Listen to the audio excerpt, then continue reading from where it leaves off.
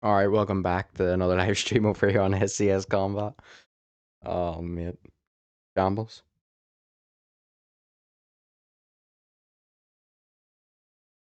Come on, is my mic working here? It's right. Alright, so it's literally just here for Sopaj and Timmy, but happens sometimes. Some technical difficulties. We're back. I already said this before. We'll say it all again and we'll start a new poll. Alright, we're back. But I gotta remove that. Like, why is that in there?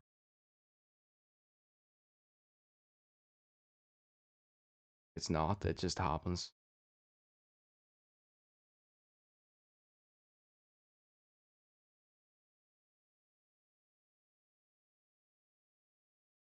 Alright, nice. Well, we're back anyways.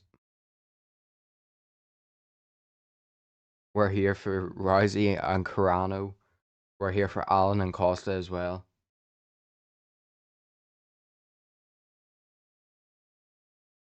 And let's go. Sopaz just got an unbelievable win in round 2 of his fight against Timmy. And yeah, talked about a whole load of stuff. I did.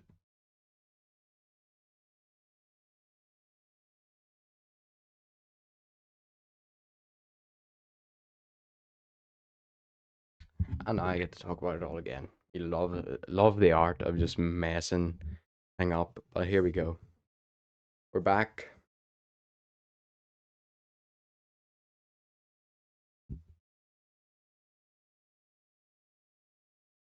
Alright, so I'm thinking about after this fight we'll do Modestus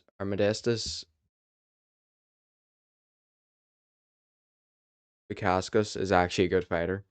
And probably messed up his name again. He's actually good. I'm gonna give him the credit here. I'm gonna watch his fight. And then we're gonna switch over. Not fully. I'll still co-commentate the UFC, but I'm gonna switch over to primarily the MVP card. I'll try and give the main event of the UFC as much credit as I can as well, but they're running overlapping time here, MVP, and I think they're doing it on purpose. Why do we have Chuckle Dale now watching some retro thing here?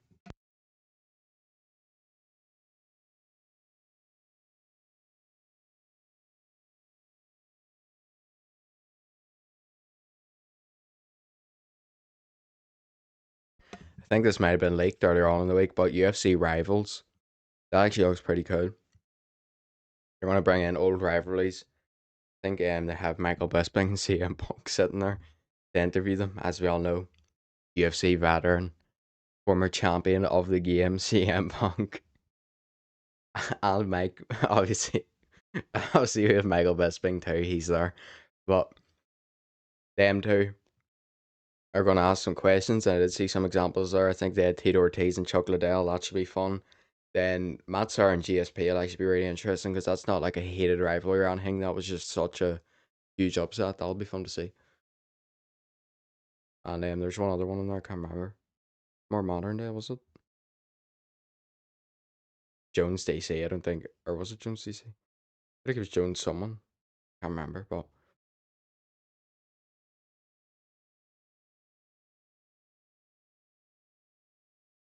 let's go.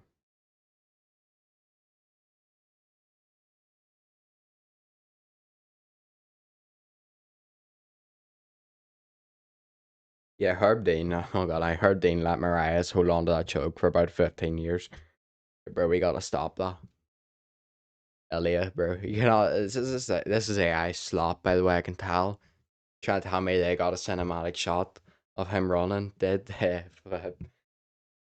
AI slop. White House AI slop as well, man. They're also not walking out from the office or whatever that was. Like, I think they said the main's doing that.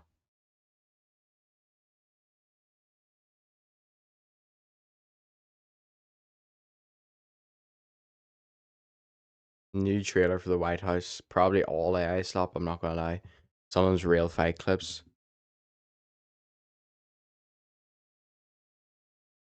Oh, maybe we'll.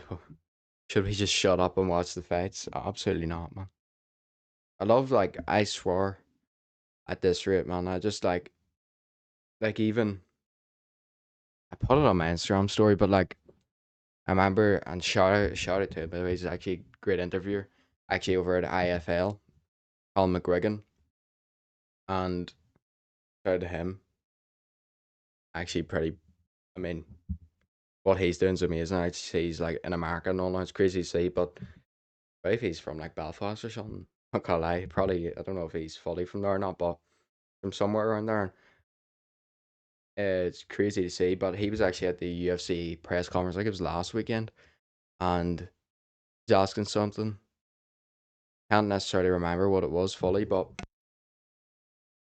it was something. Oh, it was about Dana saying that he's going to be the promoter for Joshua and Fury, and then Eddie Hearn responded saying that's not contractually possible. So did um, so did Frank Warren, and I agree with him. I don't think it is contractually possible. But Dana White called him, asked Dana White about it, and Dana White said Dana White had his usual response. He's like Dana White is just doesn't answer questions like straight, does he really? He's like, you could tell that Dana didn't like the question. I think so. I think I don't know. Maybe I don't know. It'd be interesting to see what Colin thought of that. But not that it was a bad question. It was a great question. See, Dana finally get asked a question where it's like you're you're not telling the truth here, man. What do you think of this? What's your response to this? Because you've been called out for blatantly lying, in my opinion, and allegedly. And Colm asked him, and he's turned around. And he was like, "What? What? Uh, when have I ever lied? When have I ever lied?" Looking left and right. Do you know what I mean? Just holding the mic. When have I ever lied? When have I ever lied? I don't know. I can 100% guarantee you that Tom Aspinall and John Jones will fight. When have I ever lied? Come on, bro. Just like, you know what I mean?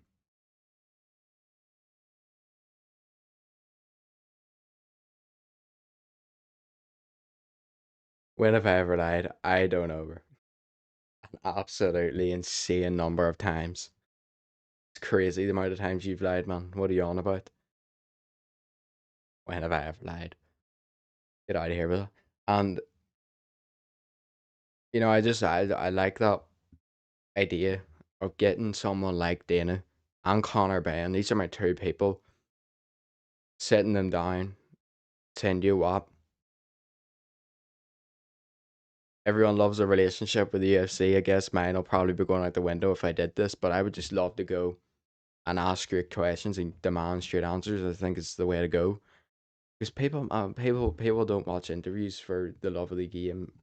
They don't watch interviews for people to be like, it was a great card tonight. Do you know what I mean? Because they know they're like even if I was at a UFC event doing media, I'd be extremely grateful. But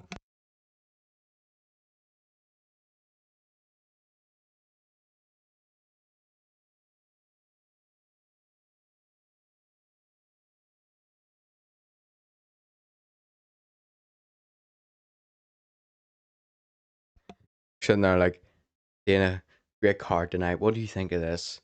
This is another thing that does my head in. Question the other week. I don't know who asked it. UFC London, actually a couple of months ago now. Dana, obviously Evloev just beat the number one contender in Lerone Murphy. Is he next to the or no, Lerone was three. I think Diego was two, Evloev was one. This is the title eliminator. Dana, your number one ranked contender, Evloev, just beat the number three ranked contender. Is he next to the title shot now against champion Alexander Volkanovski? What? What? We don't make fights to Tuesday. I don't know. I don't make fights to Tuesday. I don't know. We'll see.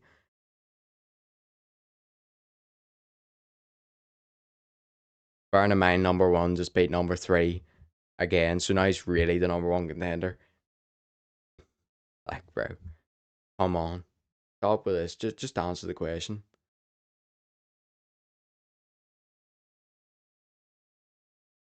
And there's obviously a business side to it, but what happened? I don't know. Dana, we obviously didn't get the biggest fight possible at the White House, Makachev against Taporia. Was that because A, Makachev broke his hand, or B, because he was sleeping and missed the phone call? Or was it C, that Elliot didn't want the, or that wasn't happy with the money?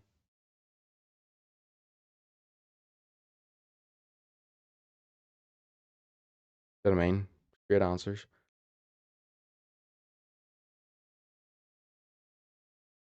Anyways, Modestus Bacascus, 32. Christian Edwards, 27. 8 and 4 for Edwards. 19 and 7 for Bacascus. 2 inch head advantage for Edwards at 6'5", and 2.5 inch reach advantage for him as well at 78.5. So he's cooking on that part. Just like things like that there, where it's like there's obviously legal sides to things and stuff that Dana couldn't say, and it's all confidential for fighters and stuff. I mean, so certain questions should just be asked in a situation where they can't be avoided, and I would have someone. You know what I mean, like if, but then I think I heard rumors of interviews being done with Dana White, or not Dana White specifically, but people that were really big names actually, and it was like real questions, raw answers. Oh, we're all good, we're all good. No, you like 2 weeks later, like an email, you can't put that out. Get rid of that, man.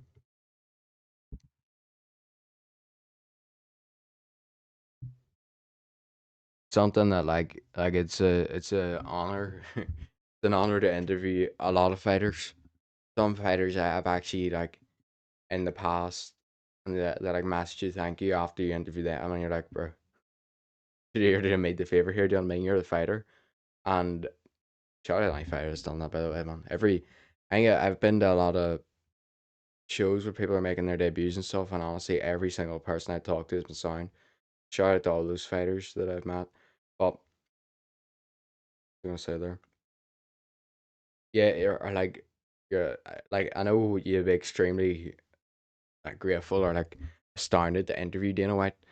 You know what I mean? Anyone would, but especially if it's your first time in this job there from Bukowskis. But sometimes it's like you're Dana White, but this is my interview, and I'm gonna ask the questions to see how you respond to them. Do you know what I mean? And that's what should be done, in my opinion.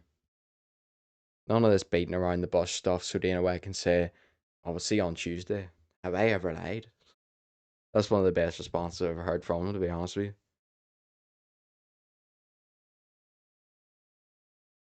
Fuck off, we're gonna make sure we do you good after you've just been robbed against Gan. Here's Almeida. Gan, you get the title shot.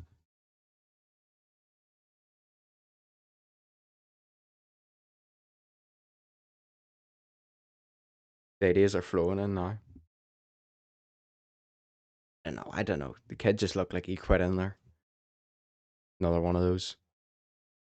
Dana, I know Cyril Gan just actually nearly took Tom Aspinall's eyes with him there off the off the double eye poke. But what do you think, Dana?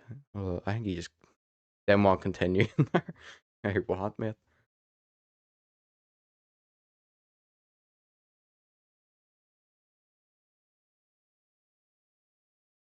When have I ever lied? We do more numbers than Real Madrid or something. They just use some mad example of a football team. It's like Power Slap does more numbers than that. I don't know if it does, man. I do see they upload a lot, but like I don't think it's that big. They get like a few million. But this is like technically advertised because it's in the clown straight here against Cage, by the way, but technically you can't go wrong with the concept because every time someone sees a video of people standing across from each other on like a stand at a stand thing, someone's gonna look at that and go, why is this guy got his two hands behind his back holding on to a bar? And then they're gonna check it, they're gonna view for that extra split second off their interest, and they're gonna go, what if I just watched someone get absolute certain brain damage with no protection method, and they've just stood there and took it? Like, that's what the viewer thing is. That's the retention rate, like the retention method.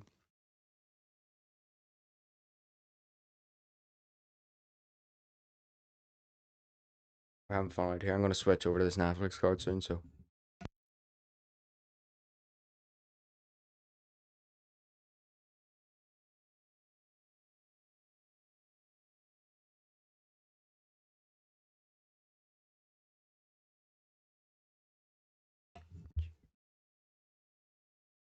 That is sort of the thing, being media, isn't it? Like,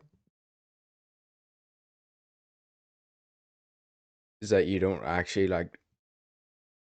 There's a fear there. It's like if I say something negative about Matchroom, I'll never get into another event, and people think like that. Or if I say something negative about the UFC, they're not going to let me back in. And to be honest, never made it the Matchroom show yet, but I think Eddie Hearn's a guy that could take banter and can actually answer questions and is a good promoter. Don't get me wrong, he has his flaws at moments, like everyone does, but that's where it goes. Sometimes I feel like I don't know. I mean, any media would fear though. That's the reason why you don't get brutally honest questions and answers. Because if you do that with like Dana White or something, he might not like your question. You know what I mean, it might cause a bit of tension. He's gonna be like, "Yeah, see him gone." That's the problem. Is that promoters hold a lot of power. That's why I try to build like. That's why I'm sitting here doing this every weekend because I'm like, hopefully I can build something for myself and that a promotion or a promoter doesn't hold all the power over me. Do you know what I mean? And if something ever was to happen, that I could come on here and make a video about, you know what I mean, that something from that event that is equally good. You just don't need to be there, and that you still get the numbers and stuff. That's what I think needs to be done. But these two have put on a great round so far with striking, to be honest. I think I'll get that Bukaskus though. Good uppercut from him there. They're trading like.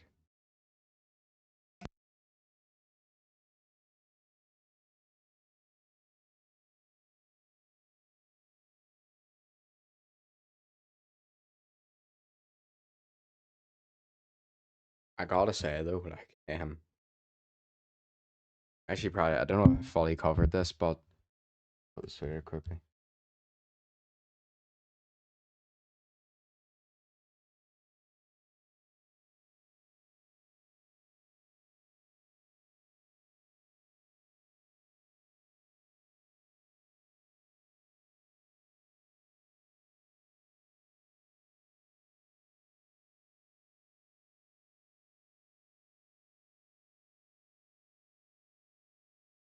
I don't actually know who. We'll leave that because I've not been paying attention to that round. But I gotta say it, the overall, or not overall, whenever I went to that PFL show in April, was it April? Was it April? Might have, yeah, it was April. Yeah, April.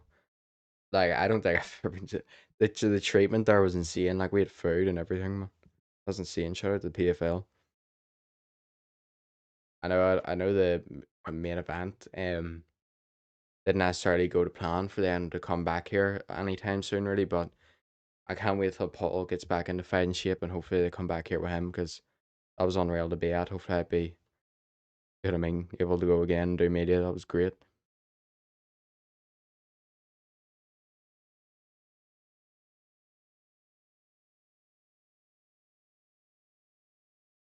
I also hope they go to New Zealand for JJ Wilson, wasn't it? It's JJ Wilson. I didn't want to say his name wrong and it's JJ something, but I think I got it anyways. Um, I hope they go there for him because honestly, the way he was over here, the way he performed, the knockout he got, I think they could definitely do an event with him. He's a huge right hand for Edwards. These two are taking each other's punches extremely well.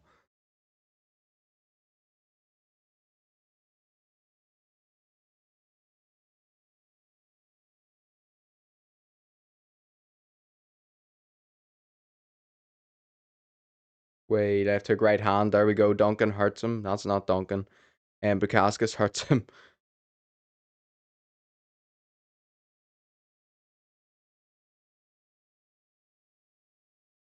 Random ball. Duncan. Head's gone.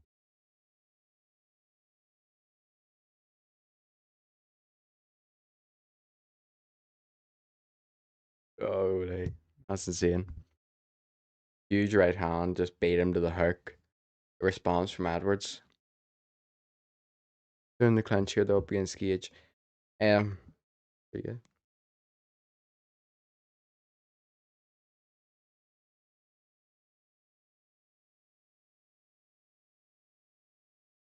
So anyone wants a real interview, a raw interview where they maybe get a chance to prove their innocence or clear their name, answer questions honestly.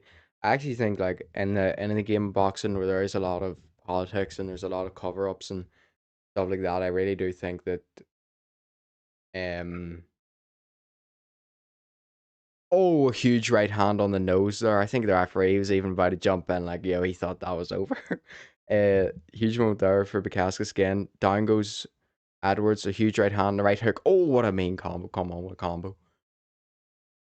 Speed of that combo from Bukaskas is a. It should be a 215. That's the same. Do we not do heavy with 215?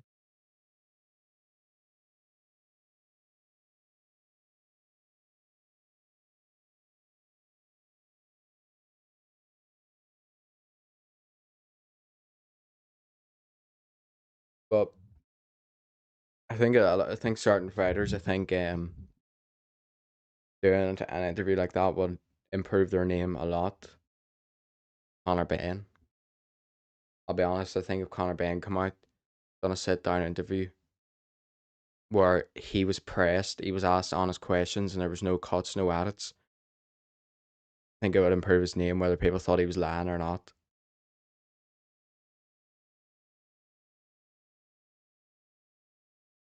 But I think a fighter could do it. Just need someone really good fighting. Like I know DJ's in his analysis point or career. Because like what are they gonna do?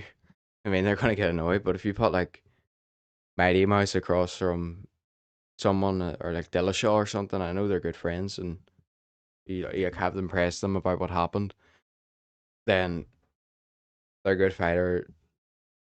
I mean they can handle themselves. Certain people are like don't want to beat me for you know what I mean? But fun. Why not, man? Honest questions, honest answers. Debates as well. You know what I mean? Why not?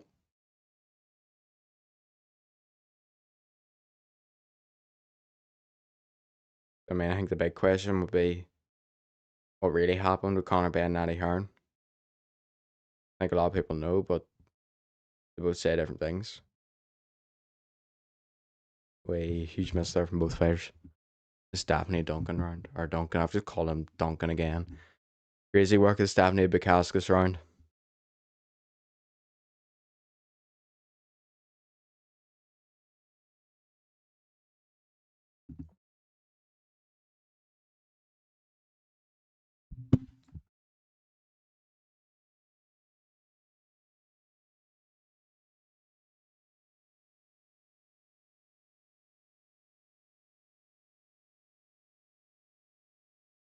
Zero clue how I got that name stuck in my head, but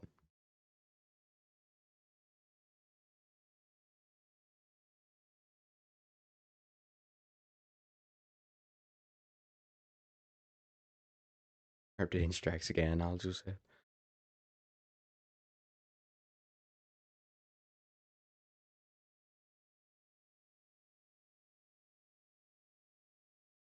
But it is Eddie Hearn. I've said a lot of good things about Eddie Hearn in this. I mean, don't get me wrong, I have a few problems with Matchroom and you know what I mean? Lewis Crocker's fighting Liam Paro on away soil in Australia when he's the champion. Paddy Donovan's fighting in Germany against, do you know what I mean? Like, there's a lot of things that should be happening at Matchroom that aren't. Ben Whitaker's fighting people he's clearly going to knock out cold for the love of the game.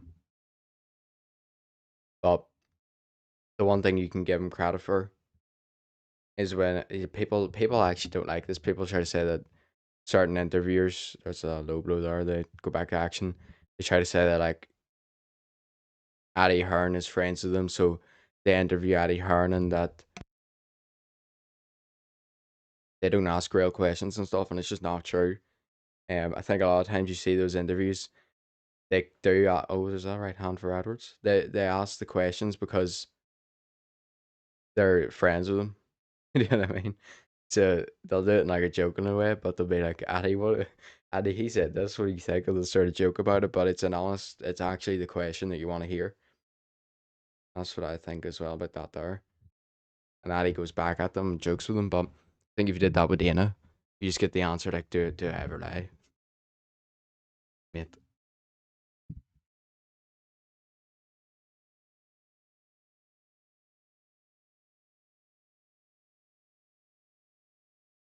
If you're watching UFC right now over Netflix, you deserve a steak in the company.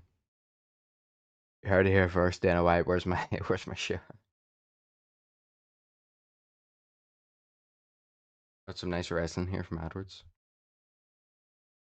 How about this? I don't care.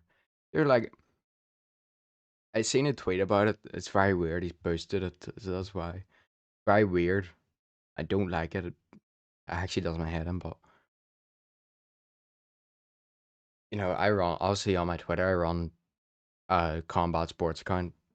All I look at is combat sports. All I want to see is combat sports, and I get politics tweets all the time. It's an ad. Not interested in this ad. No wonder, man. This out of my face. Trying to refresh for stuff from fights, and I'm seeing people that you know what I mean. I'm seeing people that I don't even know. It's like political text, and you're like, get that out of my face. It's not what I'm looking at here.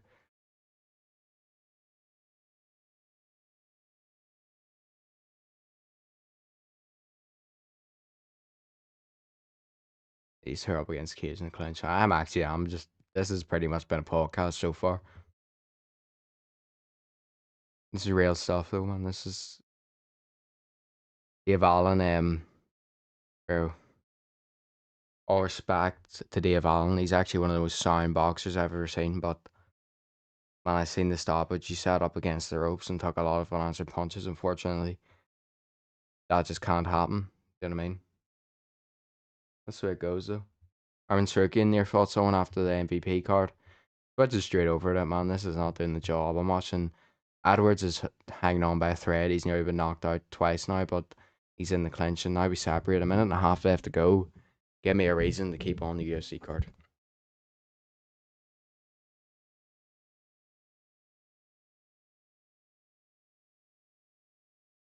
Way head kick misses for Edwards.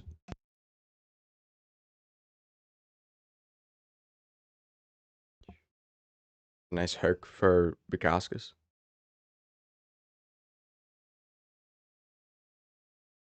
Way leg kick for Bukaskas.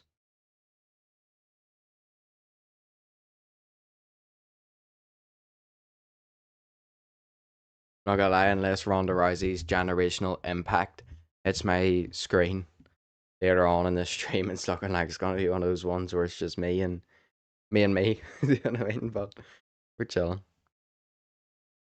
You never know. I was actually like shocked last week. I wish people would stick around more. I think the problem with these live streams is that a lot of people. Oh, nice spin back kick there from Bukaskas. A lot of people think that they're gonna click on it and see the fight, and like obviously I'm not gonna do that. But like, that's the main thing there. But I was like shocked. It's like 200 views. I think it was 207 was my record on one of these Bukaskas. By the way, I'll give him credit. Is not afraid to throw it all.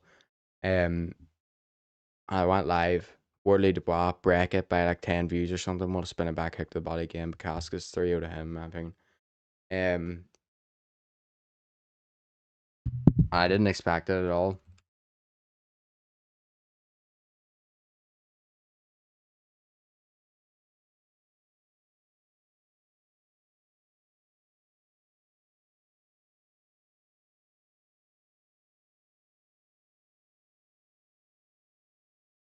Like it was insane to see.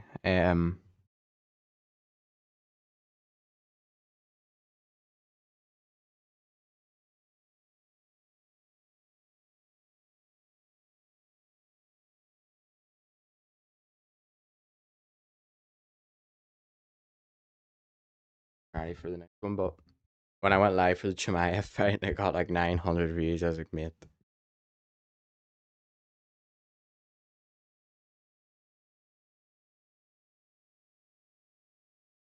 I like couldn't believe that. I wasn't seeing 900 views on live stream is crazy.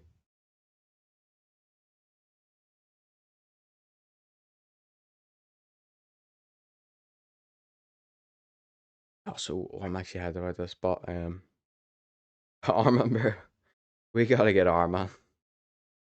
We gotta get Armand some help out here, man, or something.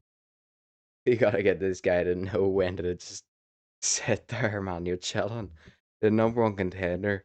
You're on the biggest wave a fighter's been on in a while. Chill out, man. Let me hear this decision.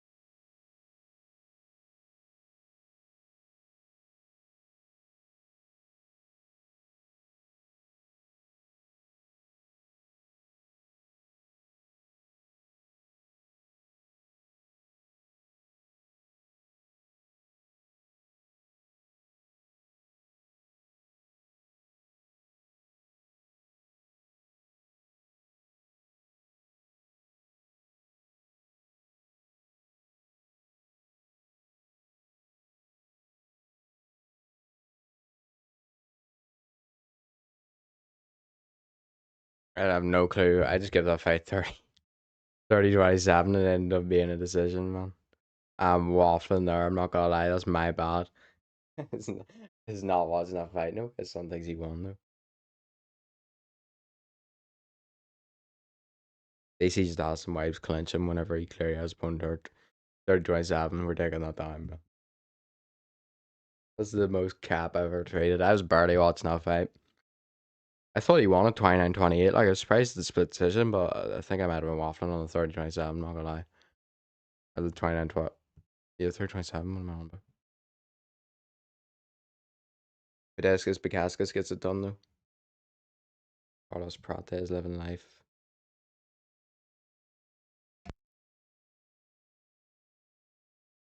Alright, up next, I'll give them a quick shout out, but I will not be mainly focusing on their card or their fight.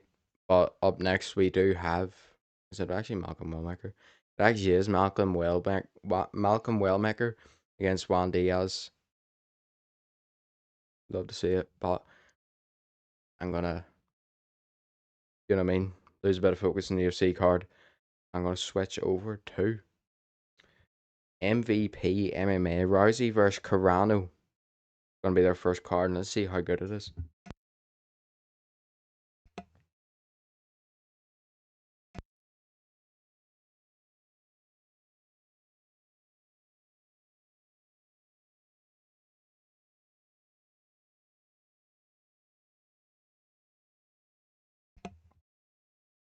So I think that we're getting into the first fight of the card here. It's going to be Junior Dos Santos taking on Spania, which is gonna be fun. Here we go. Probably should have done this the other way back, but we're chilling. Here we go. The Spania up here. Already just trying to get this at a good angle. Spania. Remember, was he in the UFC? I've heard of him before a lot. I think I seen him sparring Pereira not too long ago. Junior Dos Santos, I mean Nevada in the game.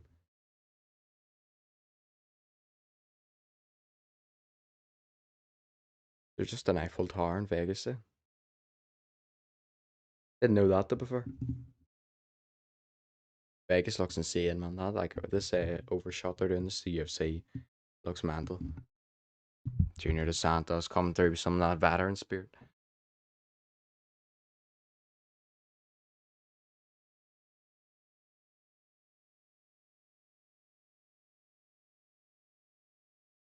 People aren't there in the hexagon tonight. MVP have done a hexagon instead of an octagon because it's all innovation.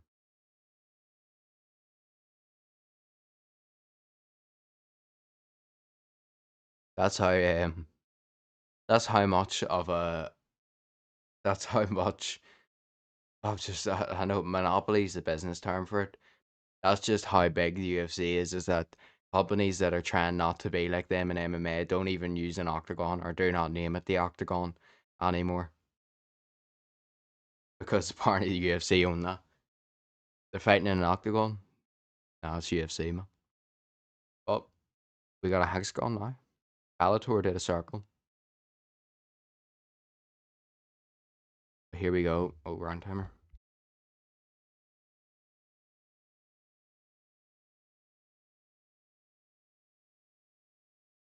One thing I want to see from MVP is their pacing on the MMA event. UFC it goes very quick. Here we go. Round one underway to Spania and Junior Dos Santos. Let's see how this one goes. A nice body kick, left hand there from Spania.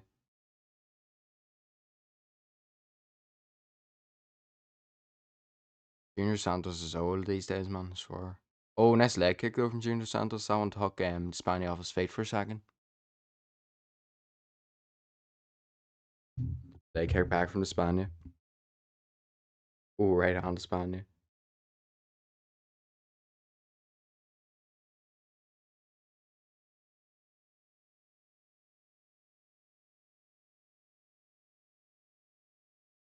Nice. Oh, takedown attempt here from Junior Santos. Doesn't get it. He's pushed off.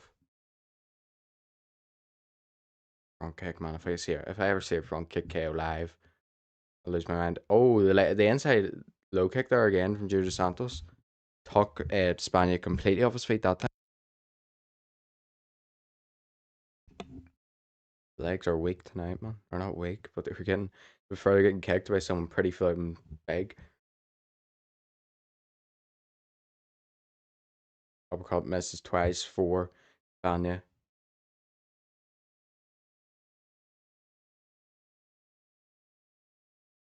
Uppercut that time, maybe. That is one of the weirdest styles I've ever seen in my life.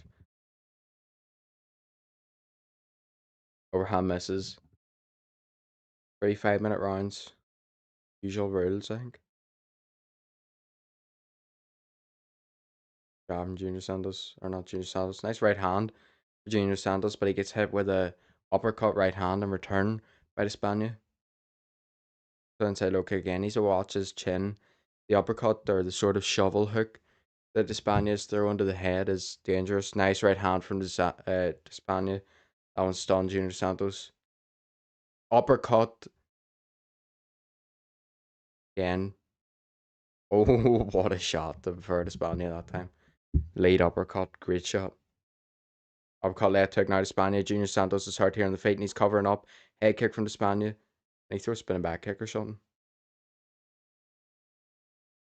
And a wheel kick, why not? Start the main card off with a bang. He was down in the low kick again, but lands a right or left hand on his way down.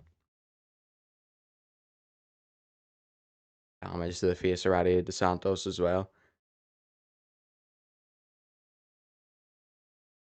I think fighting more than any sport in the world, because it's so like, because fighting is so like ego based, or maybe just they never know when it's over, and they always think that they're the best. They just fight on longer than they need to. Oh, yeah, I think I just made a great point.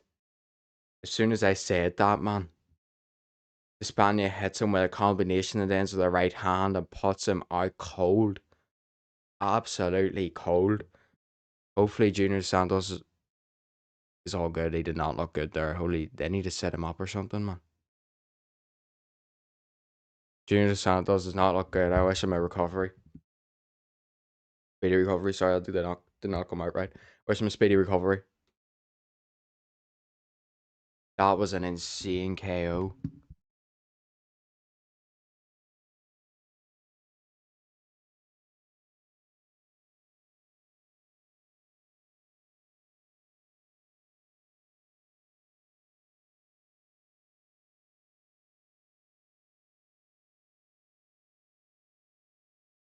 See here in the replay. Right hand, left hook, right hand, puts him out cold.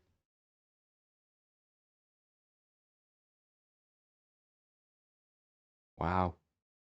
Conor McGregor with a tweet 5 minutes ago. It's about Ireland, but judging by the fact that it's 2:30 in the morning and it's daylight in his video, I don't really think he's in Ireland at the moment. The UFC's about to get underway here, so we'll just co-commentate.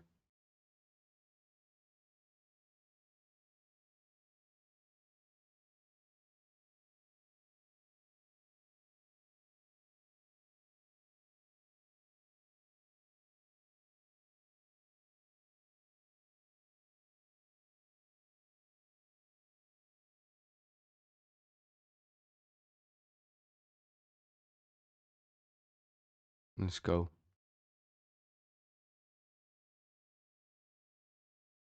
We'll be right back. Okay. Well, Malcolm Wellmaker's about to fight, so we'll cover this.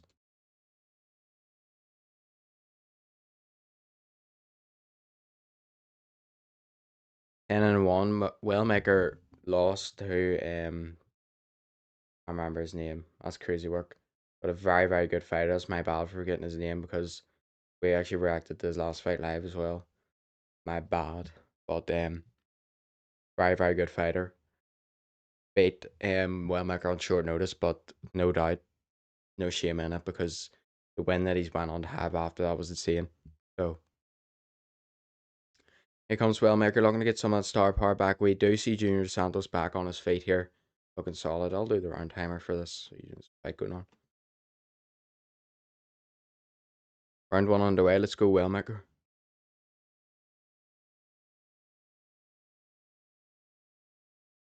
Yeah. Suppose I'll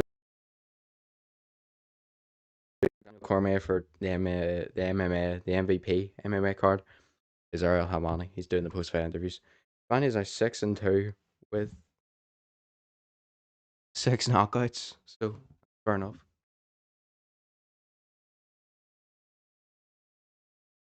Actually, like he's like a giant to be fair.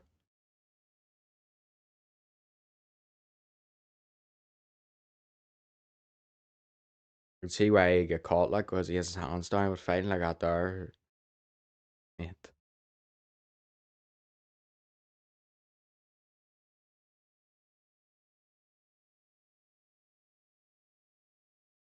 Wellmaker. And he's coming off pretty nasty KO wins before that loss. I'm gonna find out who he lost to because it's crazy work that I can't remember his name. My bad. Steve is Steve. Oh, it's Ethan Ewing. That's what it is. My bad to Ewing there because I just completely forgot his name. He's coming off a great win as well. But Wellmaker was doing very good before him, and then he came in at short notice and upset one of the biggest prospects in the sport. So we'll see how Wellmaker does here tonight.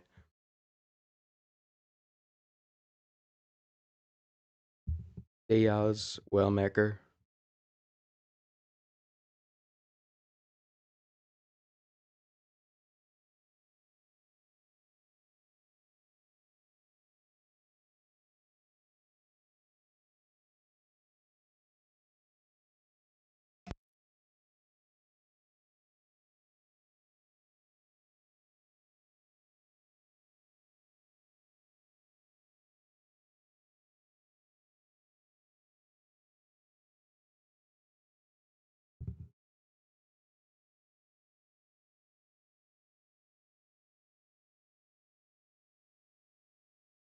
Wellmaker's been very patient so far. It's a nice job from him.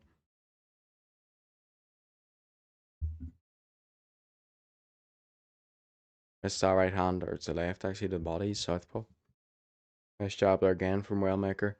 Good work from him so far. Patient, not rushing to get that KO after his last loss or his first loss or anything. Being patient, fighting well. Good sign of IQ in this sport. Nice body kick. Defense there as well from Wellmaker. Who's orthodox here? Back to southpaw.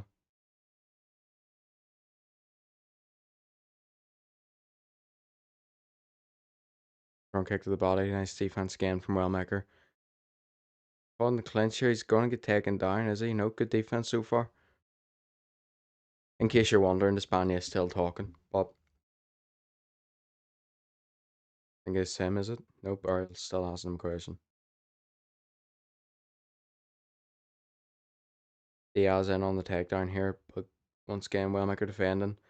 Diaz goes to the trip, gets Wellmaker down for a split second. Wellmaker still on his feet now, though. Goes to the takedown, gets it this time, Diaz. Wellmaker does a brilliant job to get back up to his feet quickly. So I think that's your greatest opportunity to get back up is in the initial land because Diaz looking to climb the back here.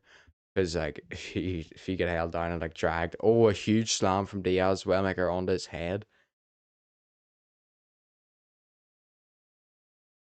And Spania's finally done it. Spania just had a 4 minute, 4 minute, near enough post fight speech.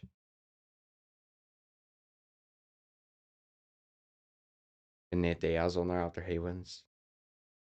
I'm having an after party. Everyone show up. And that'll be it.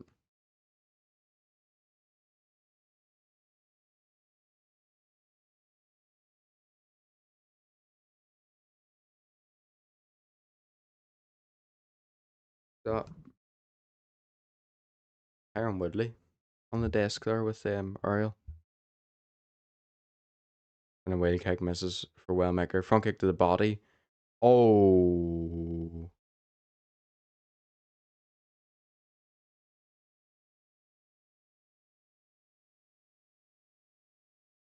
Wellmaker gets dropped at the end of that round. And his opponent runs in for a huge flipping knee as the bell goes. I want to hear what's happening here.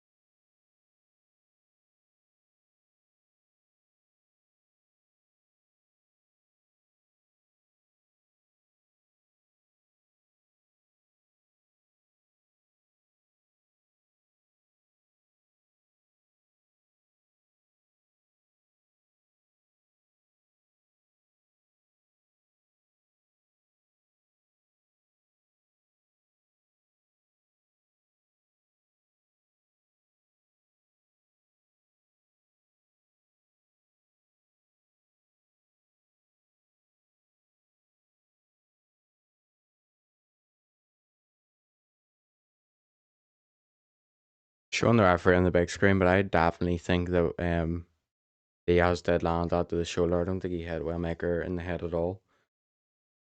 See the replay again here. Down goes Wellmaker. And the huge knee follows up, but it does hit him in the shoulder. It should be alright.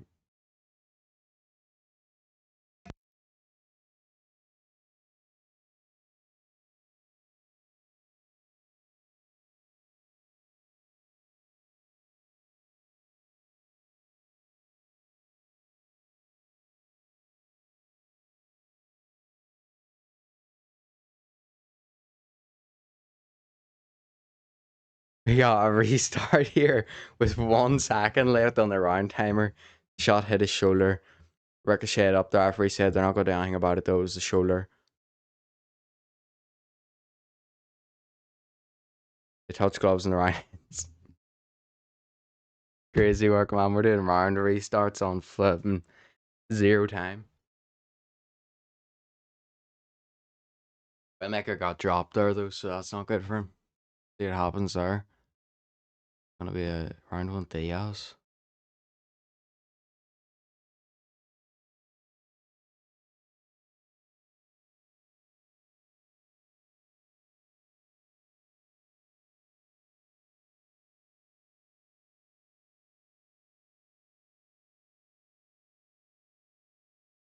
I don't know. Close round, like, but I think I'll give it to Diaz in the end because of the takedowns and stuff. Might have actually come up to his head, you know.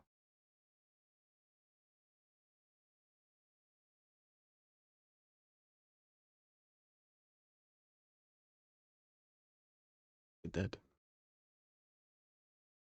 We see an absolutely spectacular angle here. It's a key angle, but it's completely covered by the referee, pretty much. I run through underway. I got faked by the replay. My bad. Oh, a huge right hand for Diaz again. Elmaker needs to lock back in here.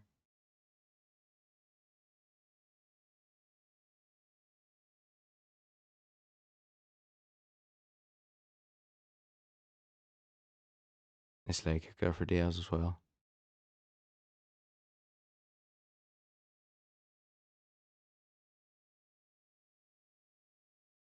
Back on the job here, I think Wellmaker should be and try and keep his range, set up that big shot that he's probably looking for.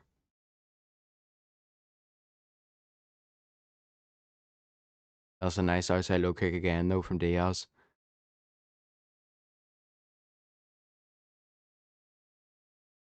Nice straight left there, though, from Wellmaker. That was a good shot, man. Up next, we have Saladin Arnase. A little bit of flare under that because I feel like I don't know why I did that before against Kenneth Cross. Um, no flair to be put on that name, but MMA against wrestling.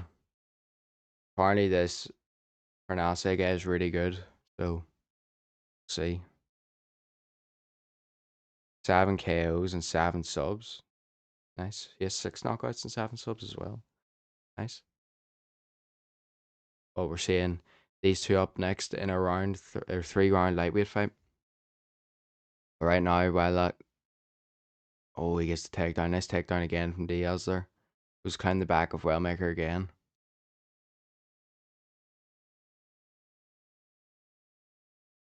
Tough man so far for Wellmaker. But sometimes you see that's, I don't want to see this. I don't want to say anything about it, but hopefully he can make a comeback here and get a win. You know, as Contender Series winner, that's a funny stat to show on a Netflix MVP live stream, isn't it?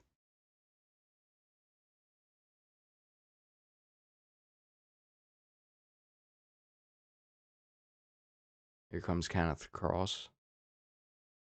I tell you one thing, I actually like here's that fighters are wearing robes and stuff. Do like that. Diaz is in on the back here. Come on, Wellmaker, man.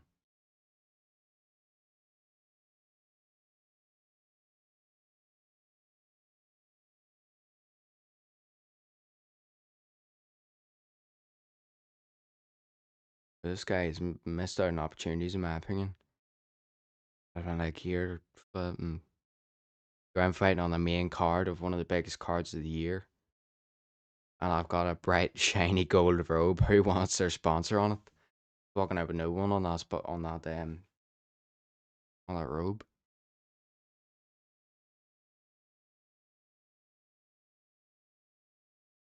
Come on, Wellmaker, man.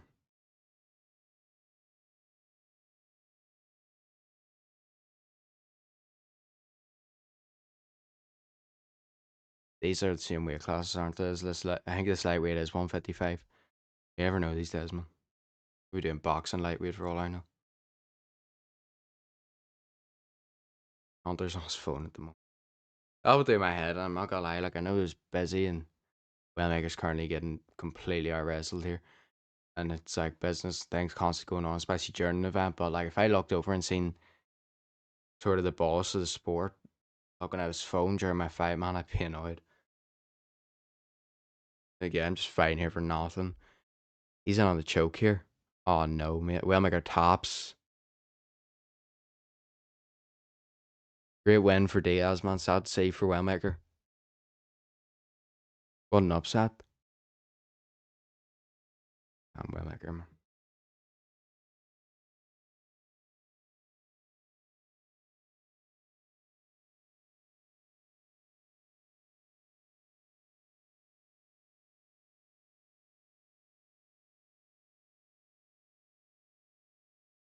It's actually so sad.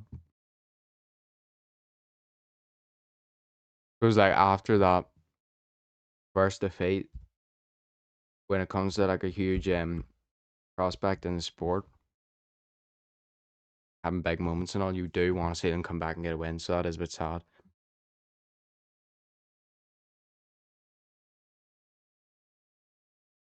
8 of his last 9 wins via stoppage for Rousey here. So let's see what he has done here. Well, maker man. Hopefully see him back. Hopefully see him back with a win next time.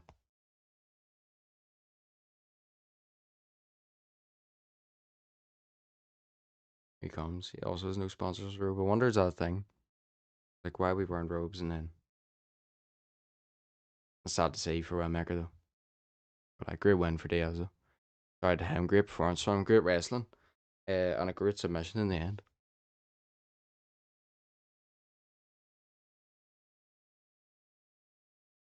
The boxing. Is there boxing on the night? I know there's boxing on the night. Pretty sure. I'm pretty sure that we have. I think he fights tonight, doesn't he? Don't know. He's Sean Davis fights tonight. But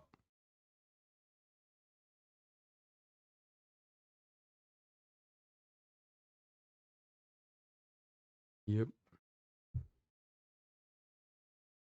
Won't be watching that to be honest with you. I'm watching the two MMA presently.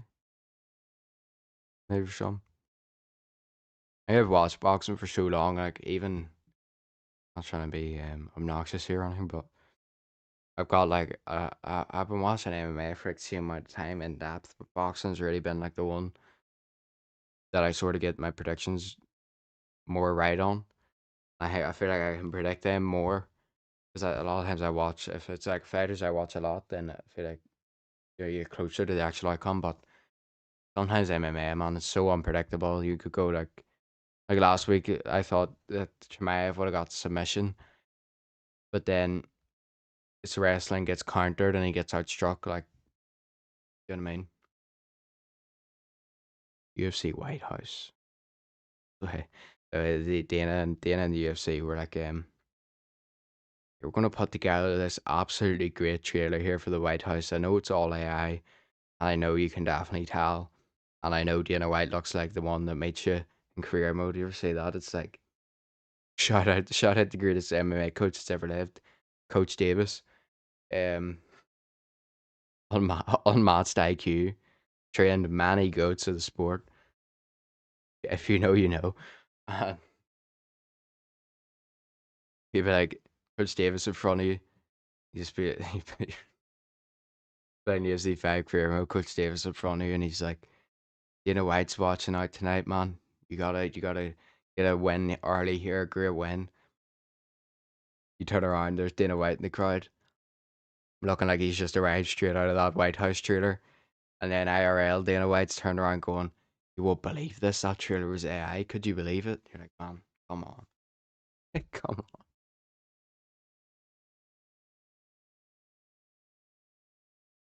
But this is what they did. This was my point before I got carried away there. They done that trailer for the White House, and then 2 weeks later, brought the co-main and the main to the White House. What are you doing? Just do the actual promo there.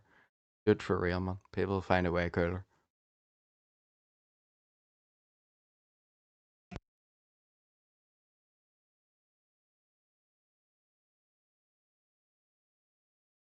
Be a nice fight night recap out tonight, man. That should be good. Hopefully. That Worley Dubois fight last week was way bigger than I expected to be honest. I didn't think it would do the sort of numbers. I'm not gonna lie.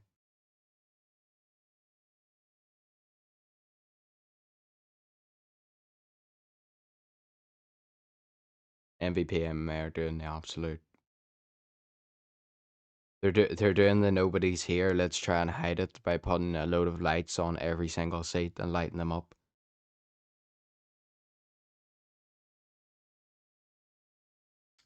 I can do a quick check. So I can. I'll tell you right now how many tickets are left.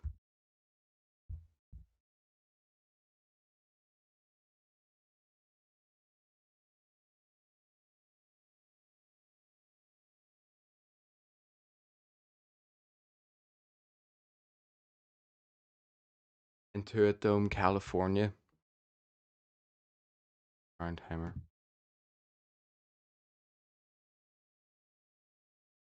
Great win for Diaz, but we're back over. So far, these two are perfectly going back and forth this time. These two cards. But here we go. Round one underway. Cross and Harnessy. Straight in on the takedown and the ground and pound for Parnacy. Back up gets Cross.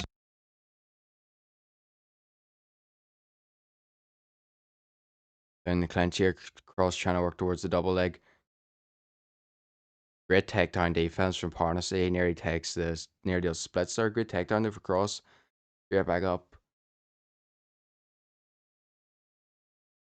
Alright, so all the outer tiers are not on sale, so they might be sold out. What have we got here? We've got some $192 seats for near enough the back of the stadium. I think it's where they're selling tickets to. It's going to cost you $192. And if I look around the map here, there's a lot of seats sold, but there's a lot of seats left as well. I know it's ringside and I know it's the big event and stuff, but ticket at ringside or as close to the rings you can get in this one is going to cost you $617. Rise my head, man. One thing again, I'll give them their credit. PFL, man. £30 tickets. UFC could do that. The the ticket sale, and Dana White will probably say like Dana White called them a failing company the other week. I don't think it's true. If you're in Belfast, you know it's not true anyways. Sorry, they're just showing Elias absolutely destroying every goat you've ever loved. Um, here, but they're not feeling at all, and they're doing 30 pound ticket sales for. I don't know, 30 ticket sales. They did 7,000 the other week, or 5,000 it was, or something like that. They're doing £30 ticket sales and stuff like that there, and they're not even putting an event on every week. Whereas Dana's doing one every week, and he's charging. Oh, cross mate, that is not good there, bro. Move. What are you doing, man? He's throwing back. Cross's legs fried or something here. Standing still on the cage though is not a smart move, but um, Dana, like, they could sell those tickets from us cheaper. There's no need for that. What I'm trying to say. Hate that, like one of my, I'll say it, one of like a dream would be to go to a UFC fight. To do media, one would be insane, but to go to a UFC fight in general, like if they came over here, it's that would be insane. I think Parnacy is cross-hard here. Takes full mount on him. You gotta throw mate, but and takes back now. I would probably body triangle here for Parnacy. He's got the back across. There's a minute and 40 left in this round. Let's see if he can get the choke. Good defense though from Cross so far.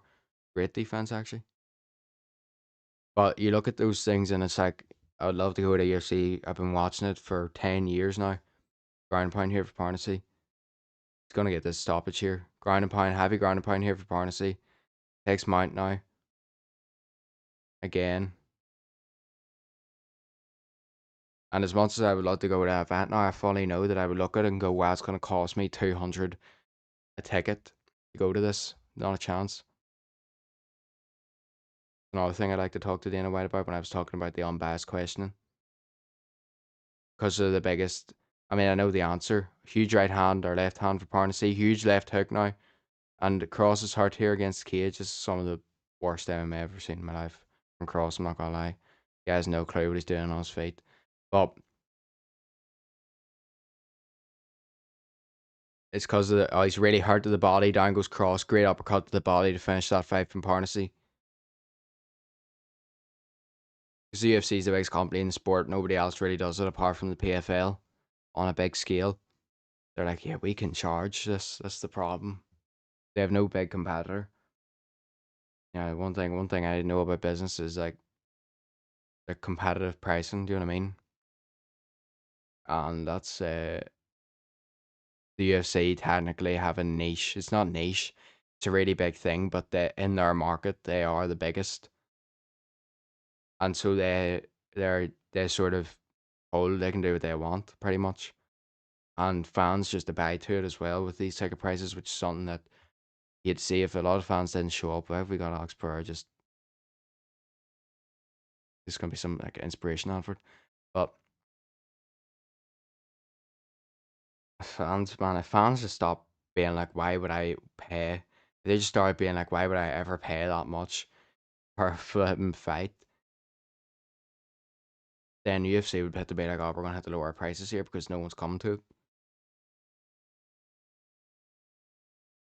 Home main event coming up now. Ho Choi takes on Daniel Santos. Gonna be a great fight. See here, really nice combination from Parnacy, a huge right hook, and Cross sort of bent over, and it was a great body shot there from Parnacy. Holds him a bit, and he lands a really nice uppercut again to the body. He goes to it again one more time, and yep, I get caught into an ad, but he lands that uppercut again, really nice to the body in the clinch, and lands a left hook on the way down as well. But that was the shot that put Cross down. Cross, in my opinion, needs to work on his stand up a lot. I think he was stunned when he was doing it, maybe, but he was caught a few times there just standing against the cage, standing still. Not good.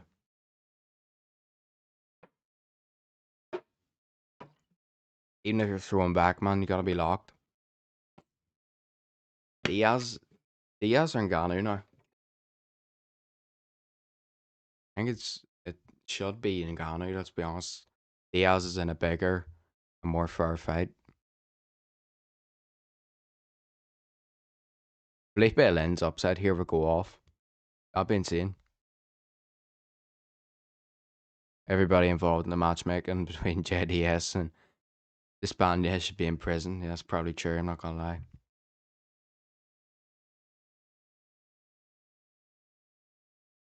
Should have been Espana against Francis, probably.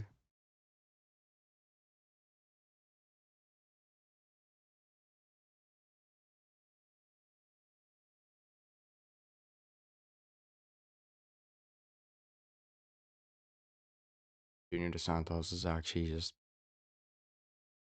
validated, man. I don't know why. I just that, man. You were a legend in the day. You've been a big name in the sport for a very long time. Not worth it anymore, man.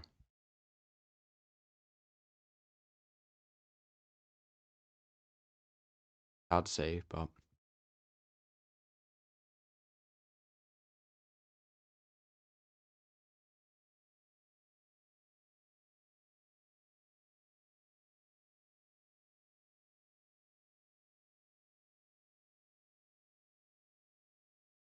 here comes Daniel Santos. I think I've actually seen him fight before as well. Come through a bit. I think if I was able to sit here and watch every fight on the card, I'd be like an elite ball knowledge, but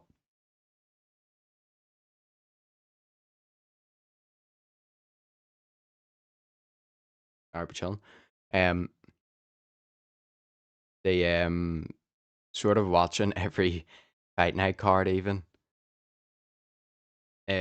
sort of expands my knowledge. Sort of know who more people are. Do you know what I mean? Not even just watching every big card number card now. I'm watching these Apex cards. But I had this really big idea and vision of this MVP card tonight and in the stadium and all, or in the Intuit Dome. And then I seen a screenshot from the UFC and I was like, oh, flip me. I forgot we're in the Apex. Like, it's just sad. 4 fight win streak for Santos. 12-4 takedown ratio in the UFC and 7 wins by knockout. This Parnacy guy is probably going to talk for 5 minutes, so still undefeated. This top rank card here, I don't think Davis would be fighting yet.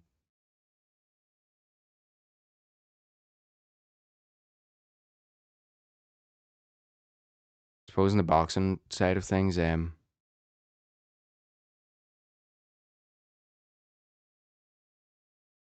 Vasily Lomachenko's returning, which is really cool.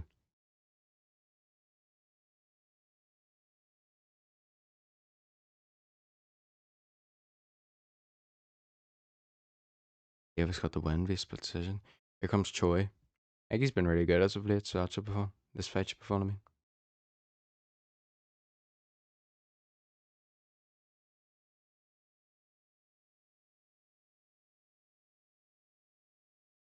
We're waiting. And people saying her say same people say exactly on the Ngannou walkout, Dana's gonna announce the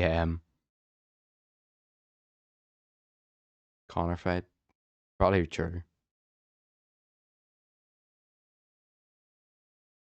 I hope JDS is good, man. I hope he's a speedy recovery because that is just brutal in every aspect. Yeah, Dave Allen deserves his props. Stepped in there with a legit world heavyweight.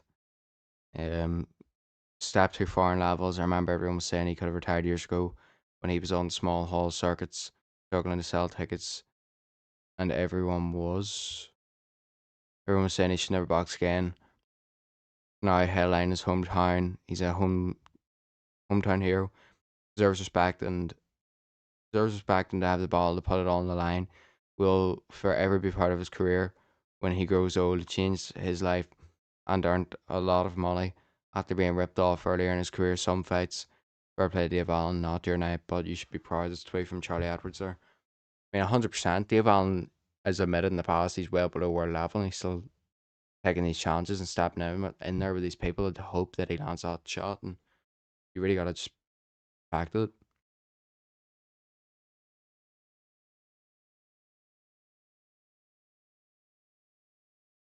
Argovich says he'll expose Matama, or, or just I've just combined Moses and Atama there. He says um expose Atama, so we'll see.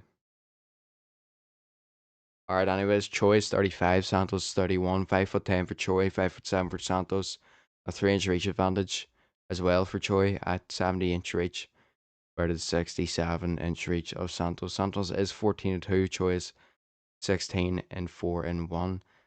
Santos is our favorite here tonight, so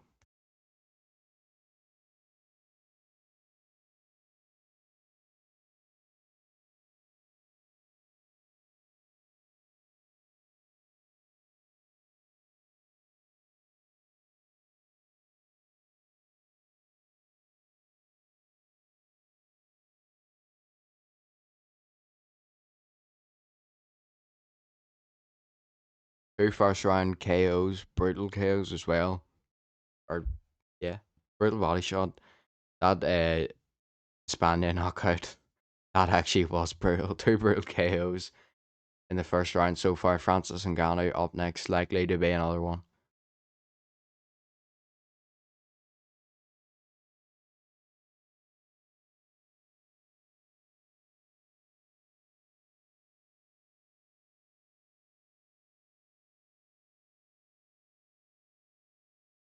MVP pacing's also really good, by the way. I thought I mentioned that.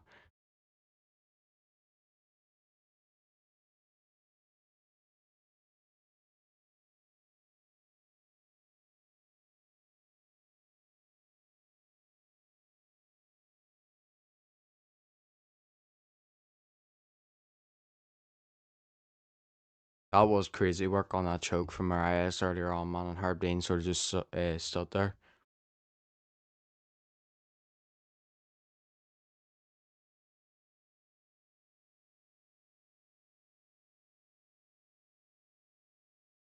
Round one underway here. Choi and Santos, let's see it, man. Choi's been in some great fights. Ooh, huge spin away kick miss for Santos. He's pretty big favorite here now. Way, really nice body kick, Santos. A right hand over the top, that one tags. Mate, I know for a fact that I would have just lost my head anyways. For like a kick into a spin and wheel kick. Fair play to Choi for his reaction timing because I probably would have been knocked out cold there. Amazon UFC 5, they like throw three hooks and you're like, they're not going to throw another one. So you drop your guard and then throw a fourth hook. This guy keeps throwing a lead body kick into spin a wheel kick and he lands another huge right hand here on Choi. Sharp work tonight from Santos already.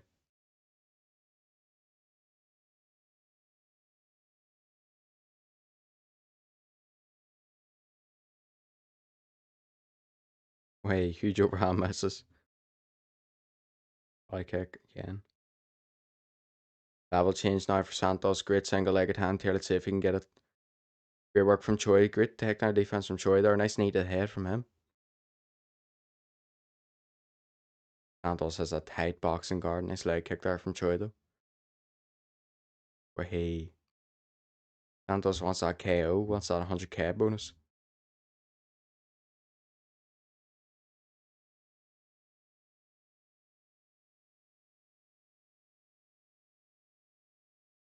For like if I was a UFC fighter in the co-main at the Apex, I'm not like a huge title contender or a huge name, and you're like, oh, really good uppercut combination there from Santos. If you were like, yeah, 100k if you get a knockout here, I'm either getting knocked out or he's getting knocked out. One of us is going out cold because I want that 100k. Imagine how big it is in MMA as well, and or in the UFC whenever you actually can't get sponsors, keep you running without when you don't have a fight. Nice left hook right hand there again from Santos. Nice body shots from Choi, but Santos going for the huge right hand again from Santos. Santos going with a flying knee there. Left hook from Choi. Then an elbow misses. Nice uppercut there from Santos. So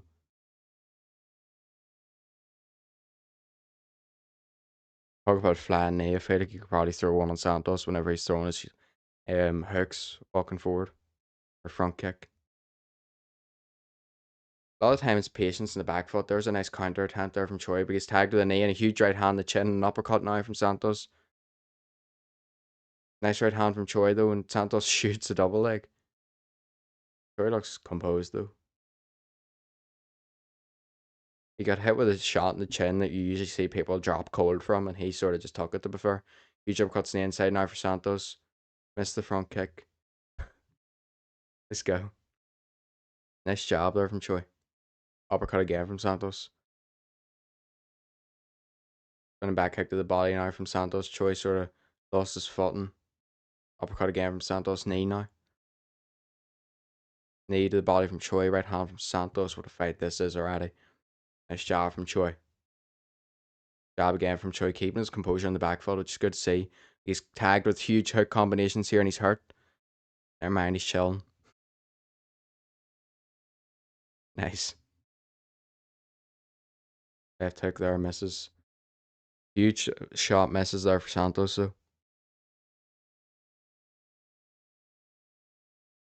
Did I do the round timer? I think I did. Yeah, I did. Go. Nice job there from Troy again. Santos in the back foot now, lands a nice hook knee uppercut again. Hook again. He's throwing bombs in this first round.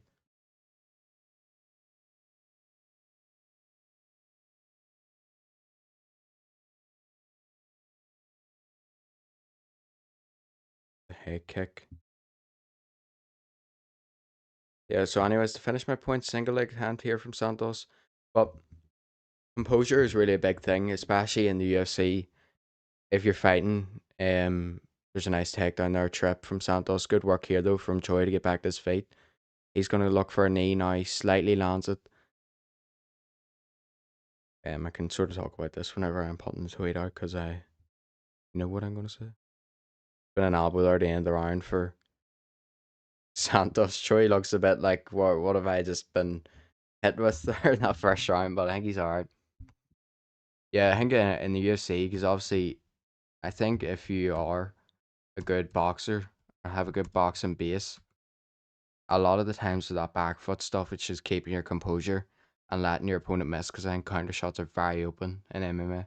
But yeah, I think Nunez, Pena too is a huge example of that.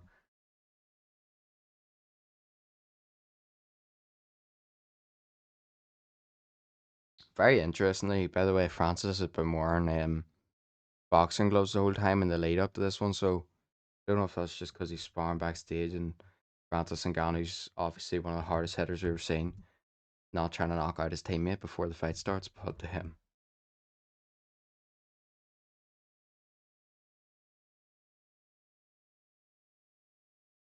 Maybe he just damaged his hands, you never know. Round two is about to get underway with a fight that's been so far, but then Santos actually ended up on the back foot towards the end of that round, so we'll see. They touch gloves and they go again. Then again, he landed a spin elbow. There's a nice right hand from Choi. There's that lead kick, spinning wheel kick again. Santos is like an actual career mode fighter, like, not even joking. Like, whenever you unlock the two touch kick or something, you're just constantly spamming it. Who's for the game doesn't get it. Like, have a basic skill set in career mode, and then you go on, you spar Justin Gaethje or something, you get the Rolling Thunder, and you throw it every 3 seconds.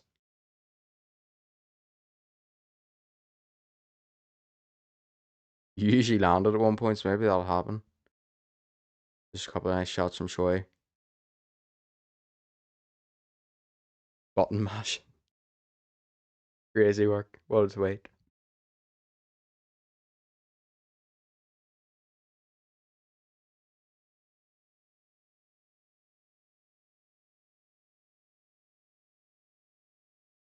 Nice job again from Choi. Needs to move here. Takedown attempt from Santos. Lifts. Good balance by Choi.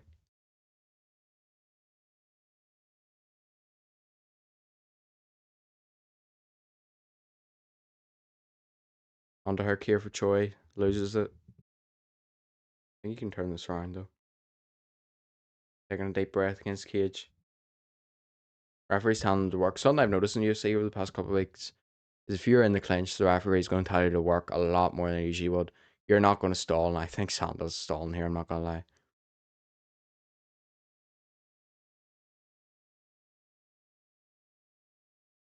He's got a single leg. No, he doesn't. Surely Choi can break this. Underhook now for Choi. Santos trying to get the trip. Choi holds, goes to the knee, gets it that time. Nice work from Choi. Choi walking forward now. Needs to keep his range though because a lot of dangerous work from Santos coming in from the inside. Nice double jab from Choi though, and that was good work. And again with that jab, Choi trying to rip an uppercut combination that time. Combining words again, uppercut and combination. That's another one. But the combination ended with an uppercut, but Choi sort of tried to rip combination there. He didn't get much of them through. Here comes Santos now. Nice body shot from him.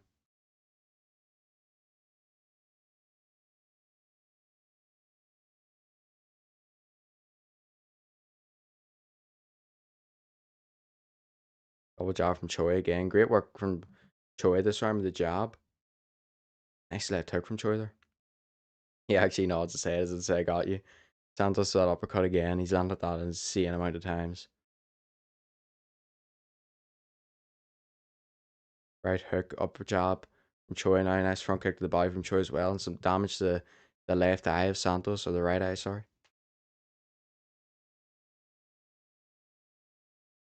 Nice job again from Choi and again. I love to see a front kick up the middle. Nice right hand from Choi. Landed really clean.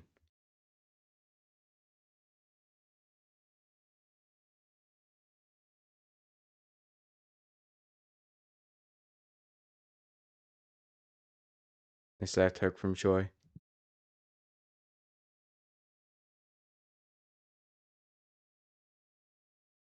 Nice job again from Choi and double jab now. Single leg attempt here again for Santos. Hasn't been able to really get much success with the wrestling in this fight, and it happens again. Choi sprawls. Choi lost the first round 58-29 on significant strikes, but he's up in this one 37-27. So Choi with a left hook now.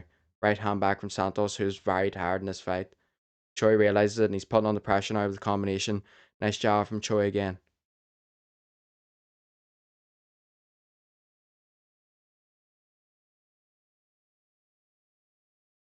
Nice body shot from Choi. What a punch. Oh my, what a punch. Unbelievable. I've just jumped out of my chair. Come on. That's one of the most beautiful KOs I've ever seen in my life.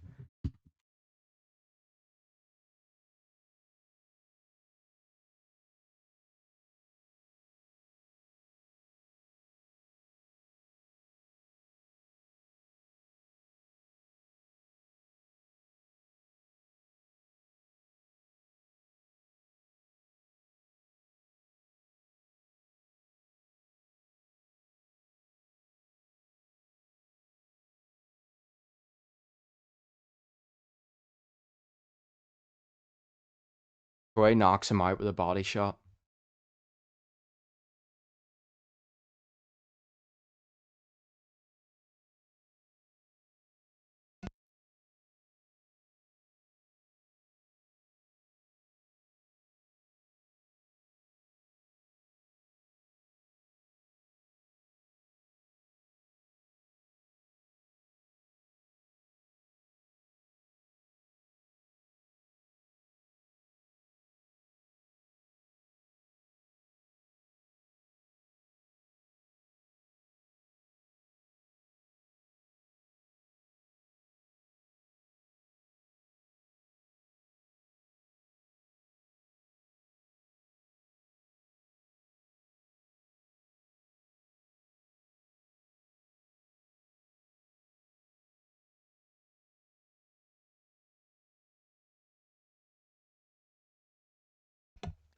I mentioned it in the prediction video. Yeah, Paul's starting a hashtag here. But the so quick hint. I've done obviously trained a tiny bit of boxing for my time. And one thing I've always loved is throwing a nice body shot. That's actually one of my favorite knockouts ever. Just how clean that was. Going combination head, hands are up, bang, left hook to the body. That was perfect. That was perfect. Absolutely perfect. No other way to describe that from Troy, but perfect. And did it survive so much in the first round as well? Longest active UFC knockout streak, tied at 3 with Elliot Taporia, by the way. But um, I need to see this replay in slow mo. I can call this out for each and every person who isn't here. We move. Troy backs him up, uppercut to the head. It's perfect. It's actually perfect. It is so perfect. Jab, uppercut to the body. It is so perfect.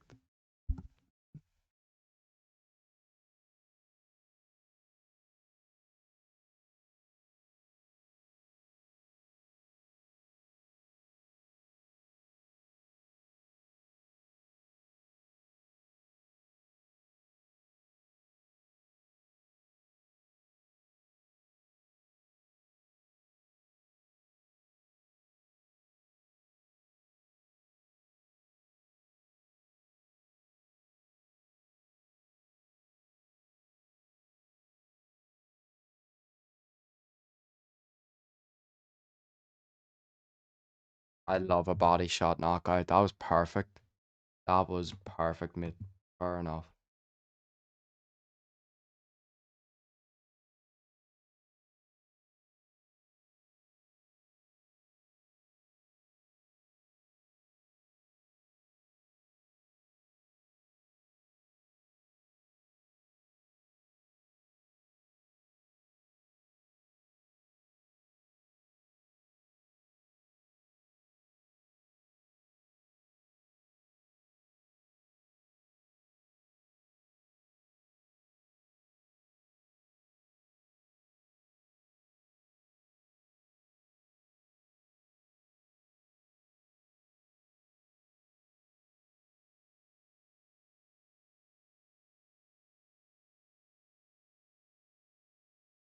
Yeah, man. I'm putting out a few tweets on Twitter at the moment because that's one of the best things I've ever seen. Why is DC talking to us here? Let me see this.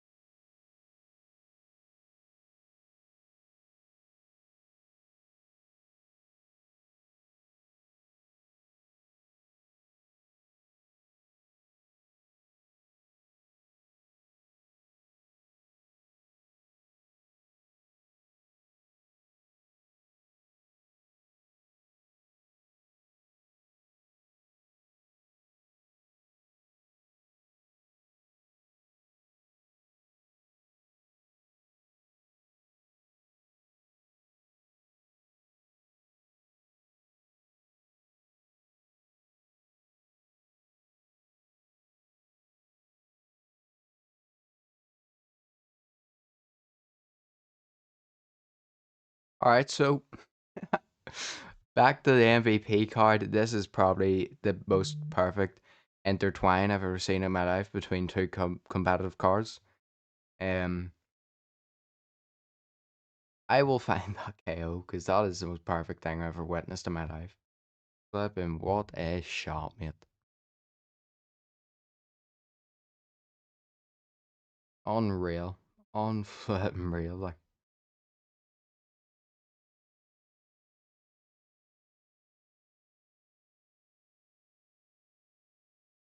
Francis Ngannou's up now against Felipe Lins.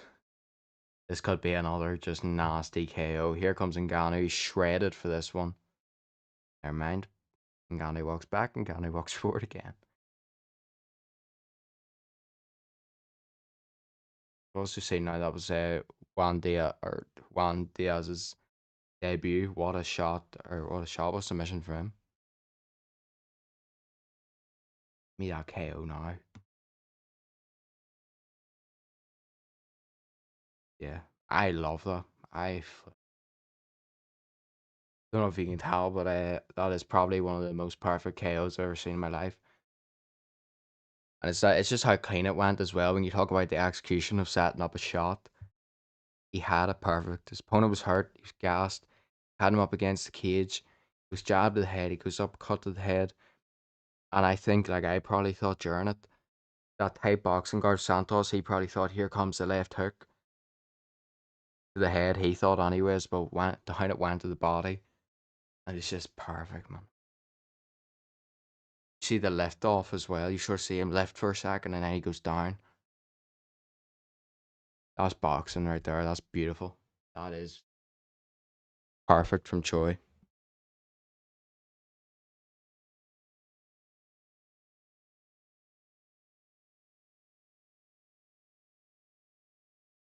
Oh, they announced it. They announced it. It's real. It's real. All right. I don't know how this isn't coming up my feed. Been constantly restarting Twitter. This is real. This is real. Conor McGregor returns July 11th, Saturday, July 11th. And here we see the promo against Max Holloway. They actually announced it right in Ngannou's walkout. That's hilarious.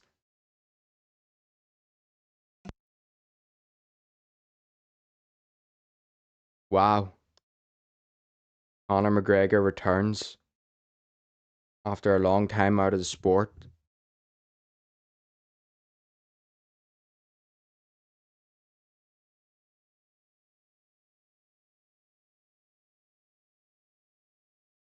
International Fight Week, the return of Conor McGregor is here. And he takes on Max flipping Holloway. Come on. What a fight.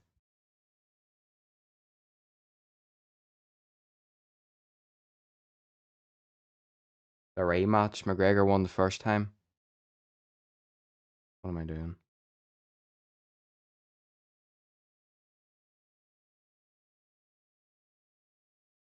I gotta get this Ngannou fight up though. They actually announced it right in Ngannou's walkout. That's hilarious. Conor McGregor returns to the sport.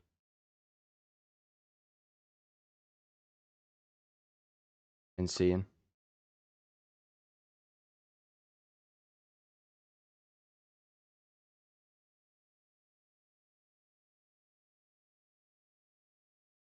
I don't really think their tactic worked though, because my Twitter feed's not even showing it. Apparently Connor's been locked in. Apparently he's actually locked in for once, so he returns. Unreal. Round one's about to get underway here for the Ngannou fight. Oh, we get the full card as well. Benoit Saint Denis fights Paddy Pimblett in the co-main. Corey Sandhagen, Mario Bautista, Brandon Royval, Lona Kavanagh. What a fight! And Gable Stevenson takes on Elijah Allison. Here we go with round one of the Ngannou fight. They've caused me a problem here. I'm trying to tweet and watch this fight at the same time.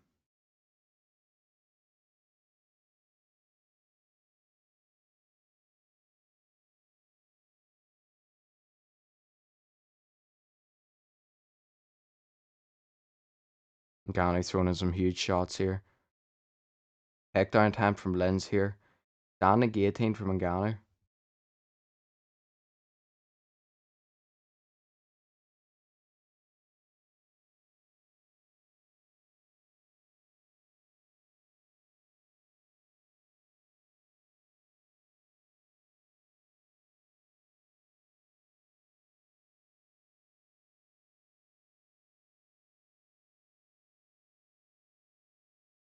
£170 as well. Welterweight fight. Prelims Robert Whittaker against Krylov Luke Riley.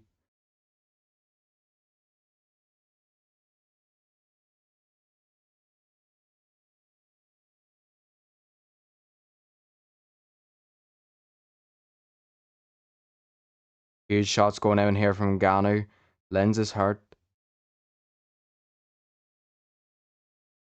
UFC 329. Oh no, Ngannou's on top of Lens. He's about to get his head pounded through the floor.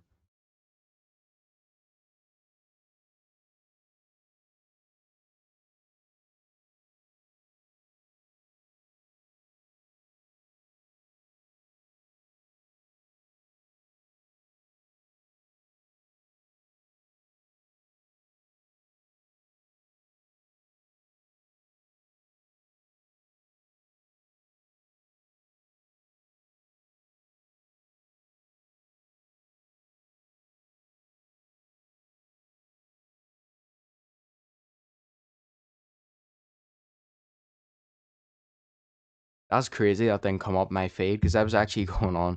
I went on Instagram to go and look for the Choi KO because I want to put that in my story. A lot of my Instagram followers and stuff, boxing, boxing based, and oh, huge right hand from Ngannou. Right hand again. Lens is severely hurt here. They're gonna appreciate that Choi KO when I put it on my story if they see it. Huge overhand by Lens. Yeah, bang Ngannou, flip me. And then that popped up my screen.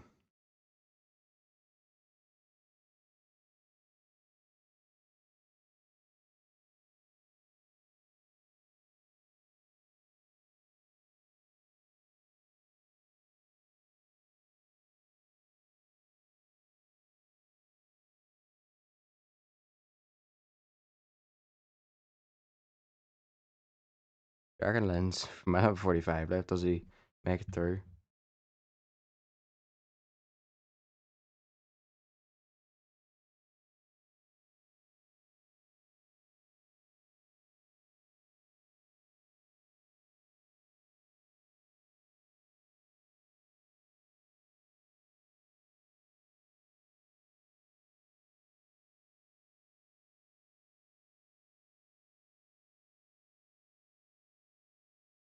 I'm wrong. I'm trying to know. It's probably one of the biggest fights in the sport right now. While this Ngannou fight's happening, it's not really helpful.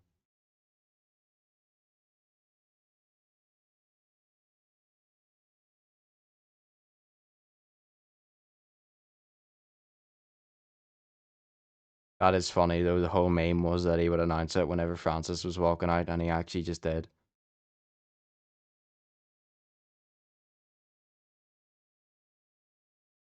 I knew they would do it. They had no comeback. They had no comeback to this card. I knew they would do it. Lens is still trying to throw with Ngannou here, right? I got the tweets out. That's huge. Huge left hook from Ngannou. Lens is out cold. Herb Dean again, man. Lock in.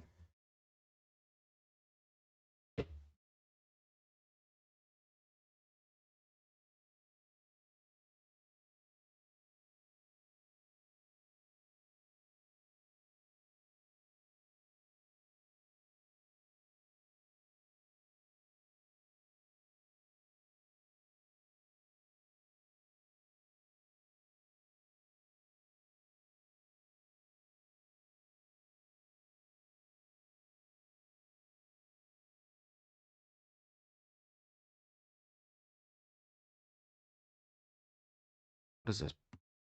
This all my screen. I know what's happening here. Closing Instagram.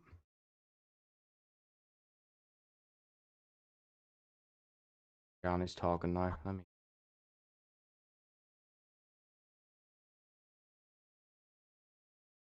promos, man. Conor McGregor returns. Who would have thought? I mean, there was a lot of rumors, and we seen a lot of rumors, especially this week. But it's crazy. I mean, getting to the fight is a different problem, but it's crazy that we actually have him locked in again for a fight. I mean, it's been 2 years from it happened, and it's been 2 years from he actually or no, it's been 5 years from he's actually fought, 6 maybe. So that's crazy to me that we actually got the announcement. But he returns. He takes on Max Holloway. Let's see how that one goes. But I have this Choi KO to share as well.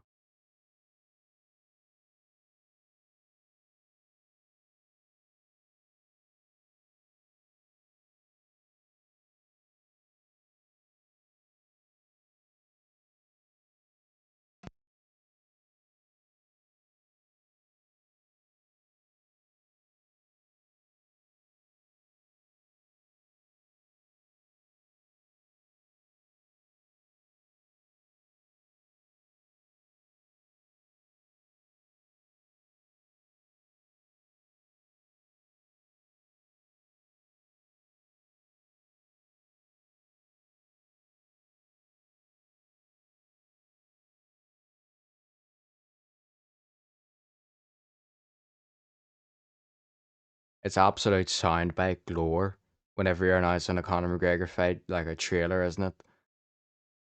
Realistically. Show me that, are we joking? Show me that punch, man. The people deserve to see this. Choi just got one of those beautiful KOs I've ever witnessed, and I can't find it.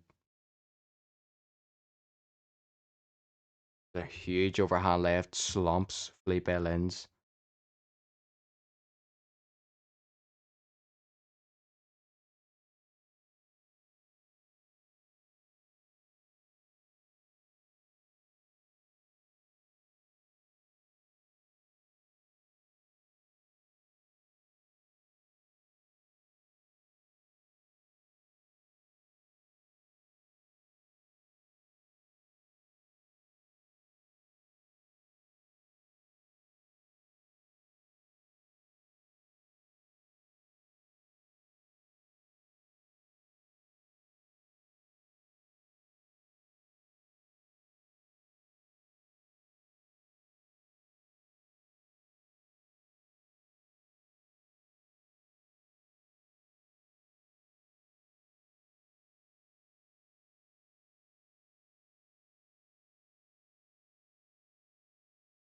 Alright, pretty big couple of minutes. Heading into the main event now of the UFC.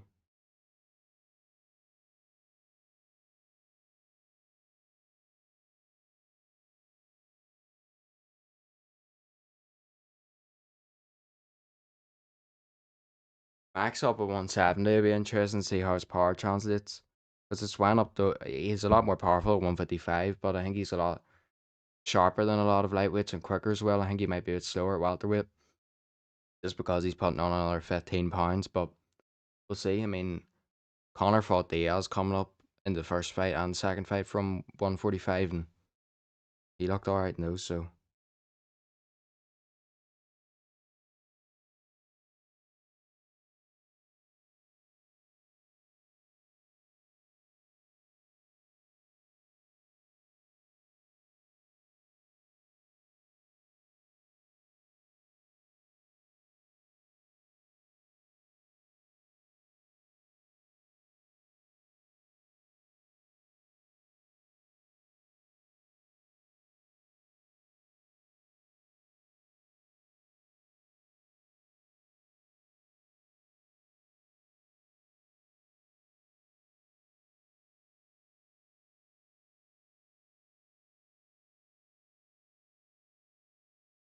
after me trying continuously, they're not letting me upload the story now.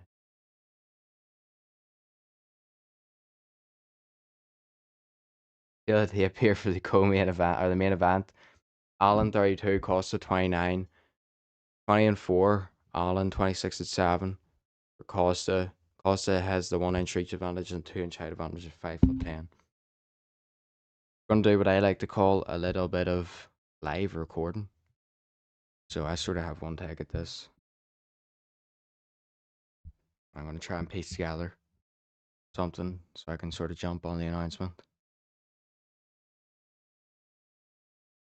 This is something that I would rather not be in the middle of the live stream to be fair, but back.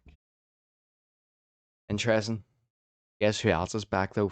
Max Holloway, come on.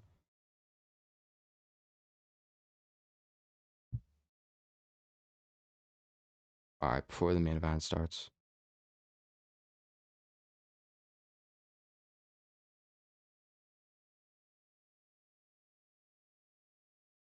Let me see this here. Alright, try and cut this live. I try to bring it out in live stream anyways. Hopefully it's alright.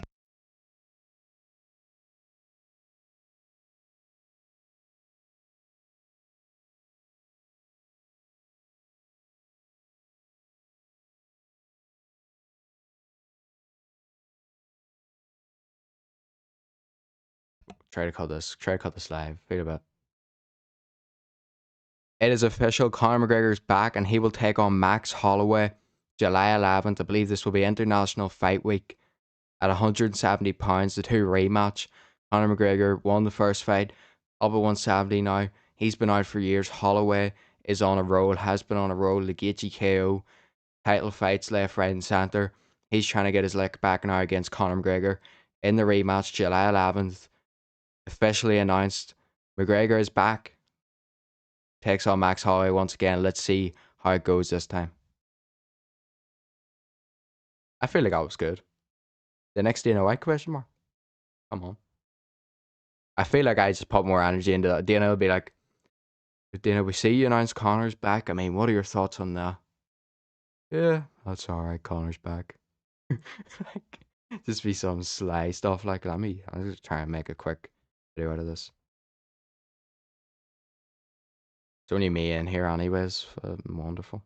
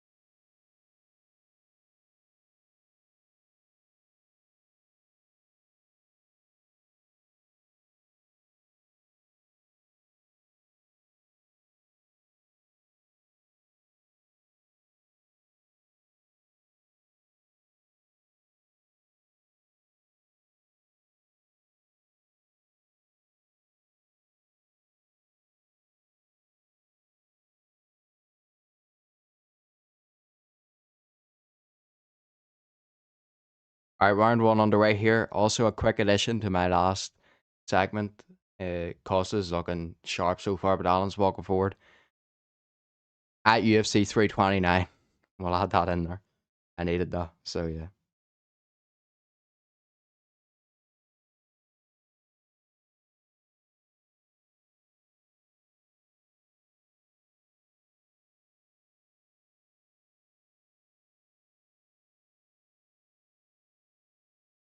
Alan just dropped Costa with a huge right hook. Nice trip, Arnold Allen into half guard. Right, I need to try and make a quick video out of that.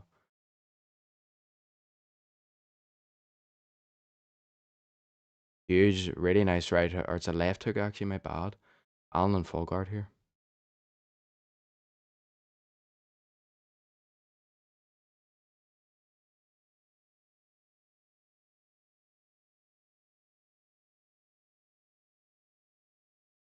Ground a pound now from Arnold Allen. Let's see if we can get it done.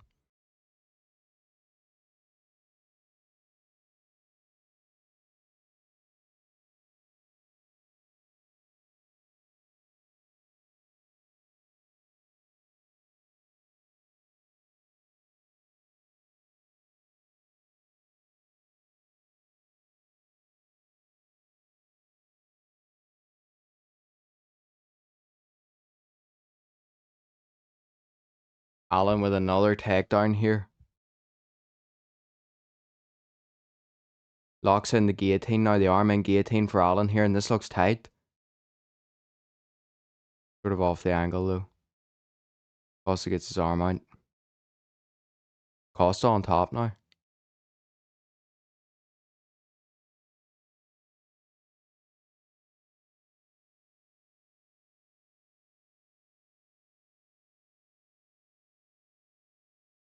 See what Costa can do here on top after losing the start of the round and getting dropped. Heavy ground pound here from Costa.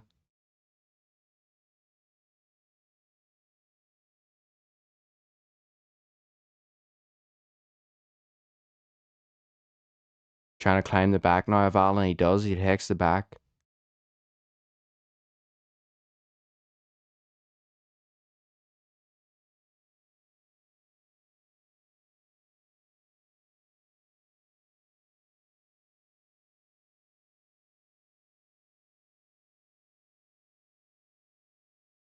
Arnold Allen back up to his feet. They're in the clinch now up against Cage.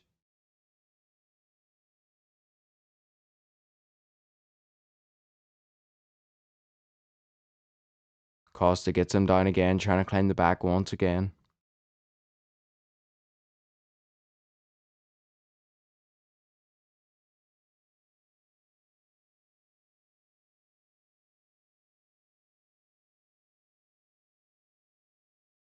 Costa's actually climbed his back standing here. Let's see what he can do.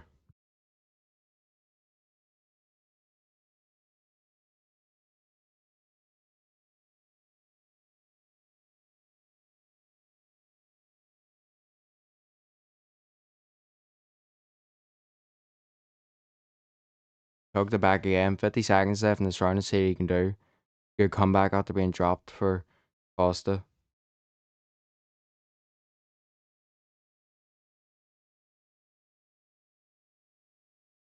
Trying to get the guillotine now.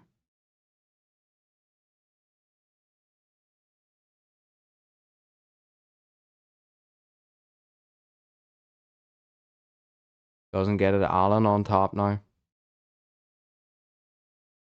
I'll be as quick as I can at it in this, man. I mean, time is of the essence on this. Unfortunately, it is in the middle of our main event.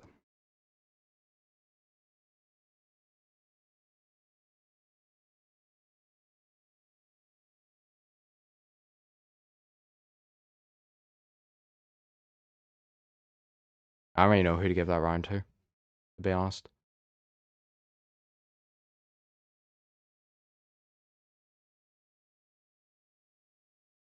Nice. Alright, let's go. I have everything I need for this.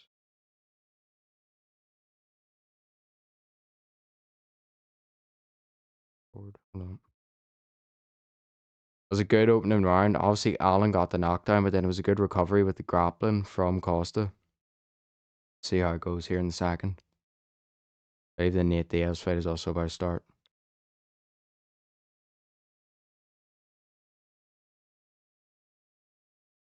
So we'll probably switch over to that.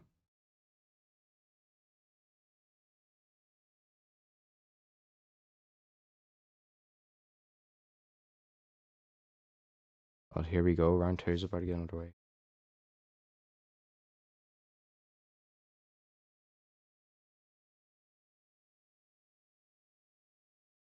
Alright, so they're not actually starting the Diaz fight yet. Round two underway. Here we go. See if Allen can jump on that huge KO knockdown he got in the start of the first round.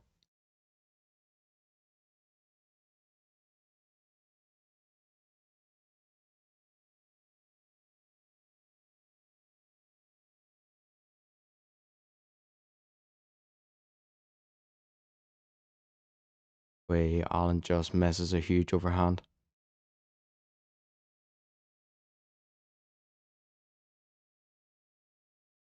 10-9 Allen the opening round. He did get the knockdown. 10-9 Allen again. Alright. Nice leg kick there from Allen.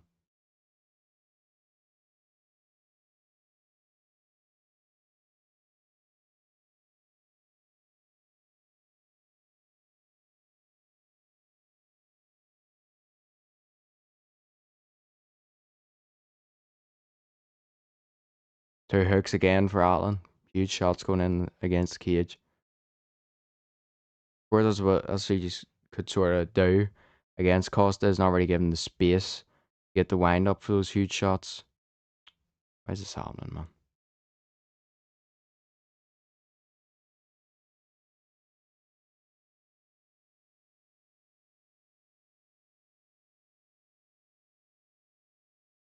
Costa goes for the knee. Allen catches it and gets a takedown here.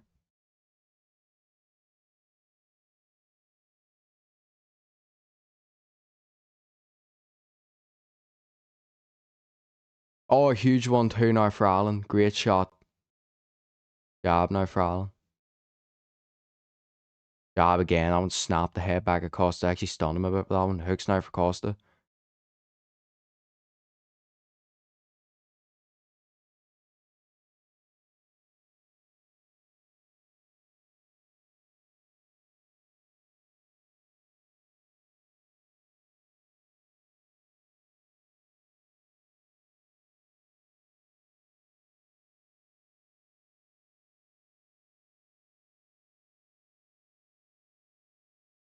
Allen walking forward here. Nice low kick there from Allen.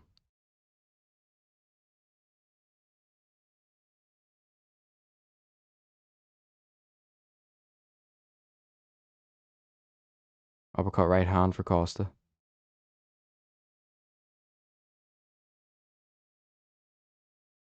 Nice, someone else was in here. It's good to know. Costa slips off a head kick attempt. See what Allen can do here.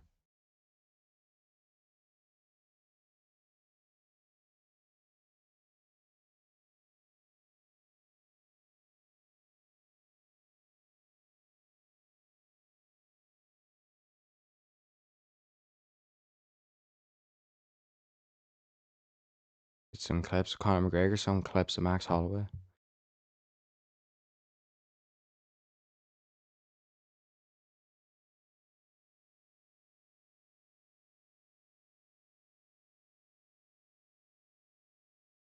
Back to the fade. Here we go again.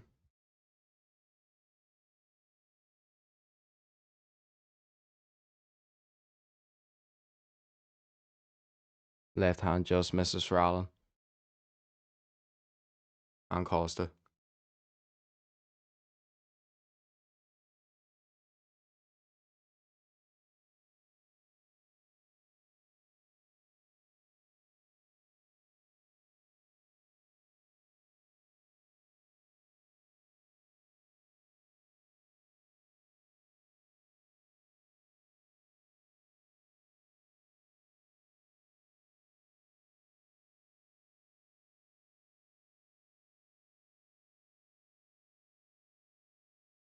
Low kick there from Costa. That was nice. Really good job from Allen though. And he goes to the body shot. Costa misses the combination in return. Nice job again from Allen. Nice low kick there from Costa though.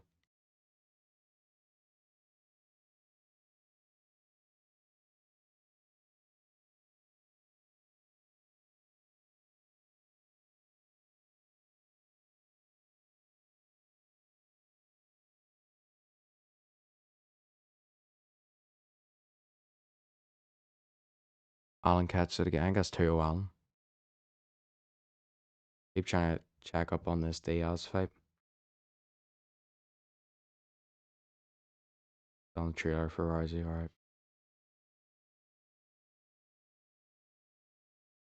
And now Conor McGregor has completely took over my timeline. The card itself is unbelievable. Paddy Pimlet on there as well, taking on what am I doing actually? Paddy Pimlet on there as well, taking on Benoit Saint Denis. A really, really good fight.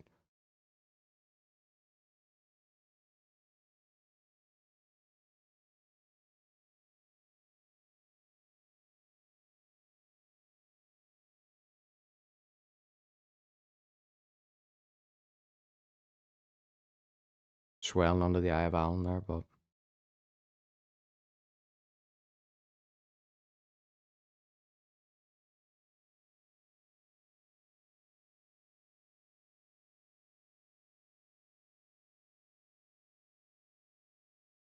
here we go. Round three getting underway now. Oh, nice. Good.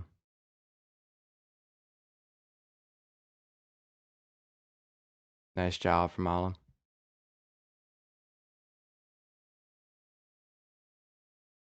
Job again from Alan. Costa going with the low kicks now. Trying to land combination from the outside. Doesn't get any.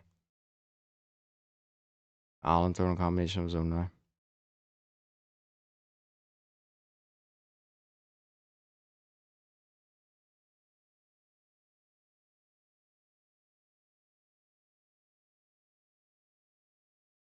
Nice right hand there from Costa. Well, they're both southpaw actually. Crazy. John Jones just said he has to find out a way out of his UFC contract to live on Netflix. Not a shot, Dana. That's from Wade, by the way. That's crazy if he just said that on live stream. Or on live on Netflix, I mean, John Jones.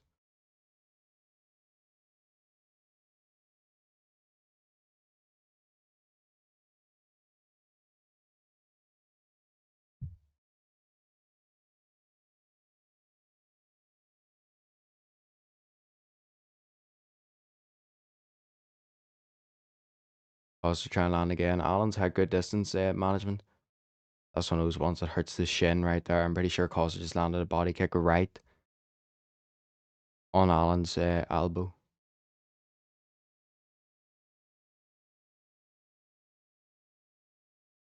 These two actually, I can't believe Connor and Max fought before. Two completely different points in their entire life timelines at this rate. Very interesting. Oh, a huge right hand for Allen. Costa's hurt again. Straight left, I mean. He went down for a second, but he was shooting a takedown as well. No, it's confusing. Nice left hand now, though, for Costa. Right on the swelling as well, Val.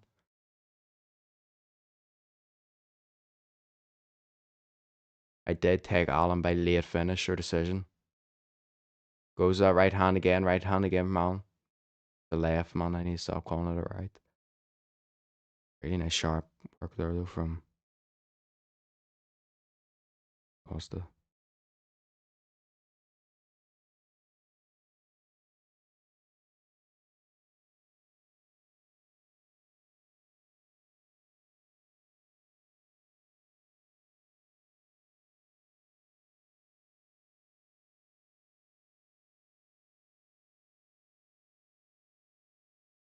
Allen walking forward now.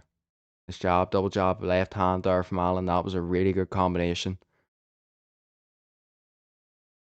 Job from Allen. We're multitasking here. Right hand. Oh, huge shots for Allen going in now. Right hook, left hand. Nice job from Allen again. Costa didn't go down though. He's still firing back. There was a spinning wheel kick. Misses the shot. Goes in for the single leg. Good defense from Allen.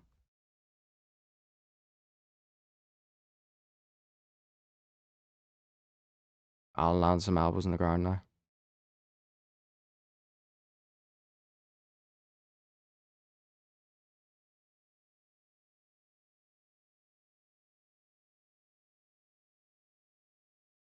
Some Holloway highlights now. And check on this MVP card. Oh, we have Jack Paul talking now. Is this Nate Diaz fight off or what? Yeah, international fight week cards and seeing Allen's going off right now on top of Costa.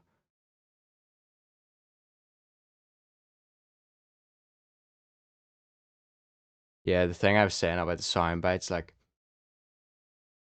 sure, that literally it starts with huge ground and pound here for Allen. Starts with Connor, that line after he beat Diaz where he's like the king, surprise, surprise, king is back. And it ends with that fucking laugh he did as well at some point.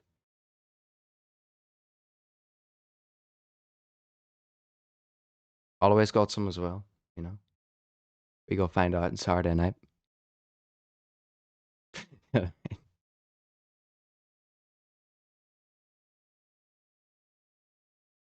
We gonna find out on Saturday night. Shout out Max Holloway, man. Oh, huge straight left for Allen again. This could go exactly how I predicted it, you know.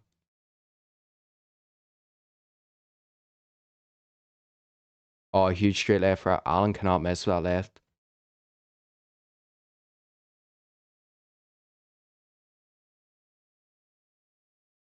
Oh, nice head kick at the end of the round for Costa though. Allen's doing great though in this round.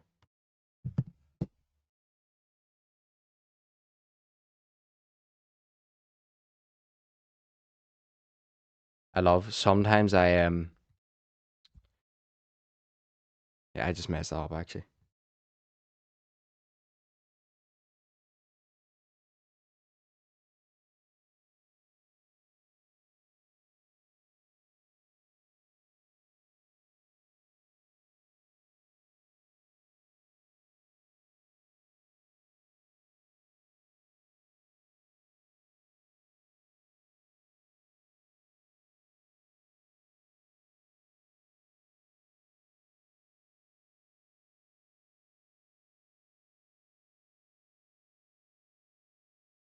Some huge shots going in that round for Allen. I'll restart the round timer here. They're trying to set me up again. Round three. Are you underway?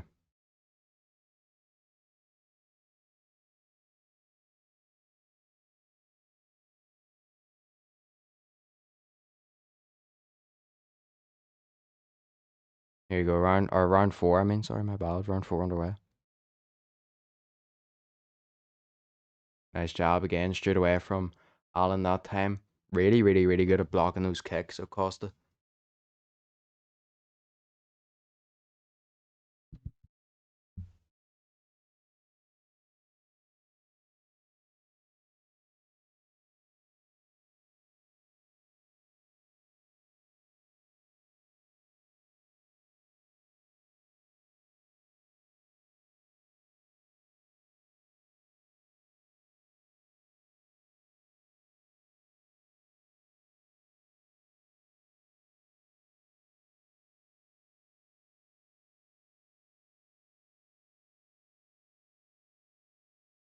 What is another person? Huge right hand for Costa that time, left hand, sorry. The head kick doesn't get it.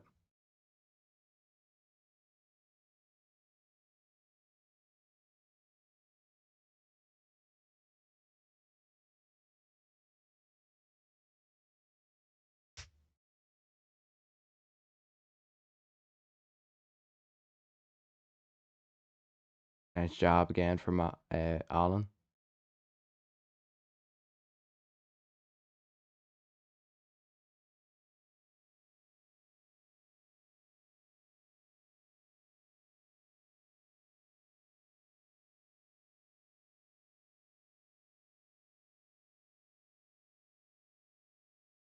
Allen's still walking forward, still putting on the pressure. Gets tagged there again with that left hand from Costa though.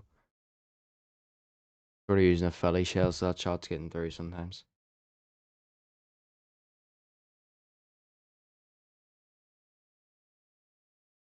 It was one good thing about me being in the early stages of a channel is you get zero ads. So make sure to watch.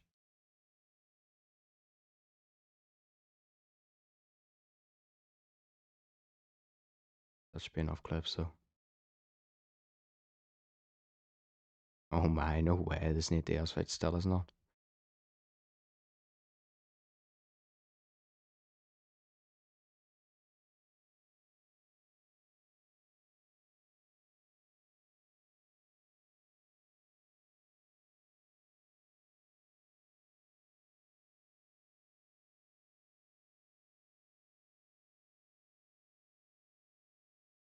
Actually, take me a minute to edit this.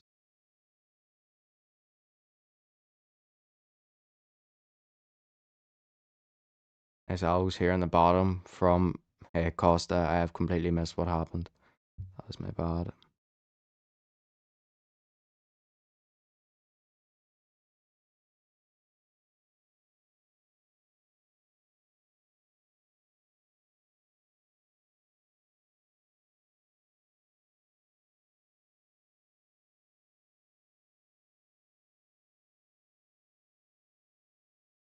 Alan holding Costa down here.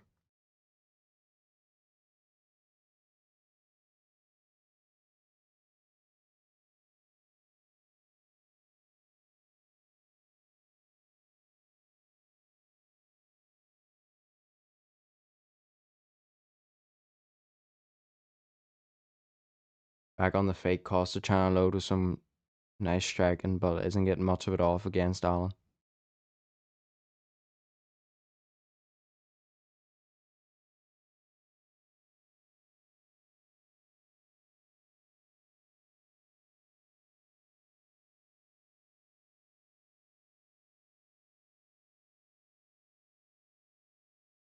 Job Mal again.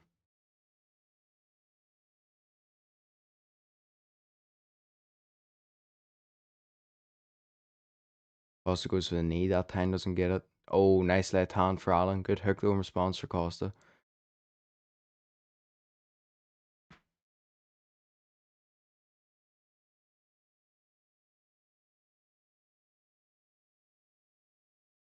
Costa going forward throwing now.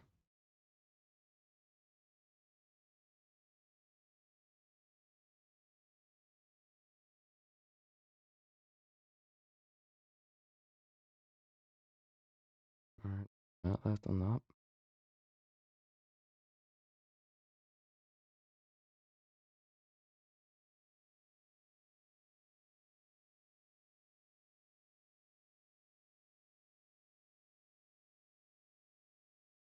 Alright, there's the end of round 4. Probably get that down Allen again. My tweeting and stuff is all over the place here. I'm trying to make an edit while I'm trying to live stream, man, so there's not much tweeting going on.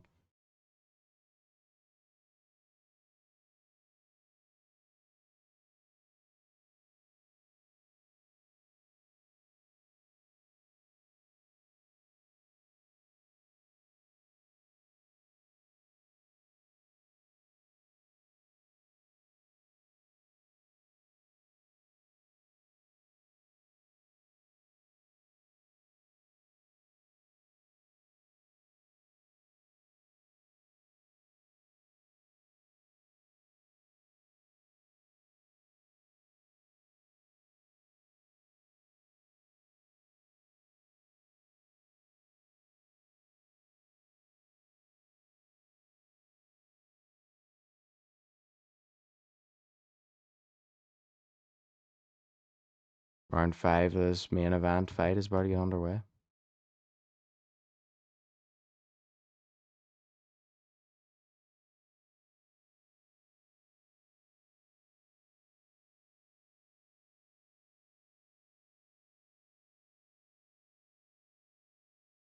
Alright, here we have it to the tape for the co-main event. There's Costa running forward now.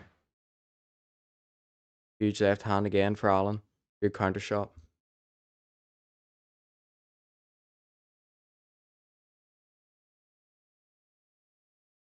1-2 elbow now from Costa. 1-2 again from Costa. Mike Parry against Nate Diaz is about to get underway soon.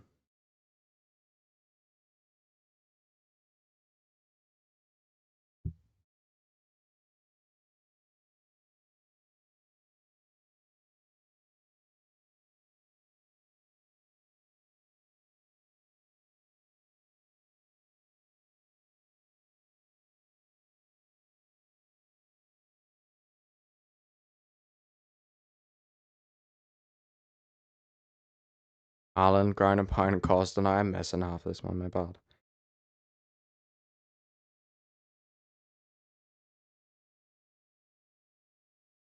Back to the feet now for Costa.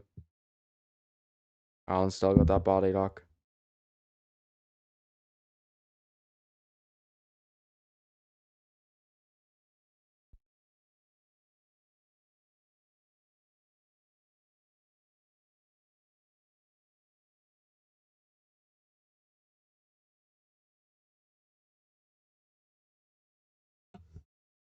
Got Costa down again, trying to go for a couple of things here.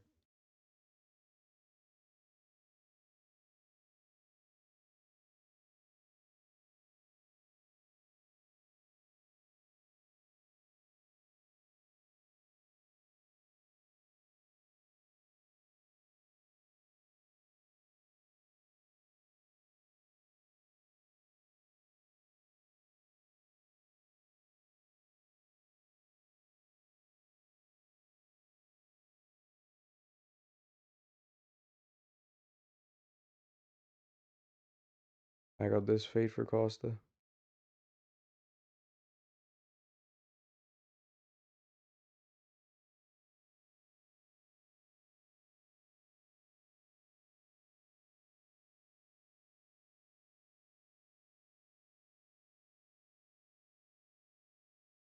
Alan back on top though.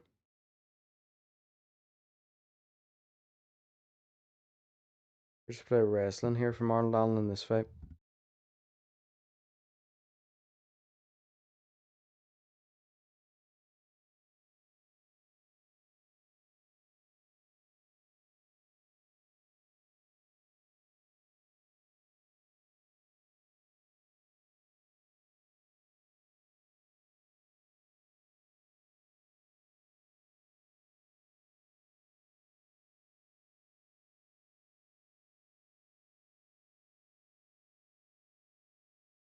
This button to resume the live on Netflix is the most unresponsive thing I've ever clicked in my life. Right, here we go. Mike Patty's in the cage. Arnold Allen climbing the back of Costa now.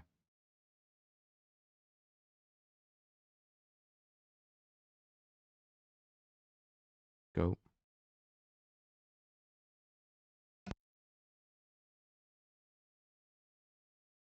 Trying to bounce back probably for the rest of this round.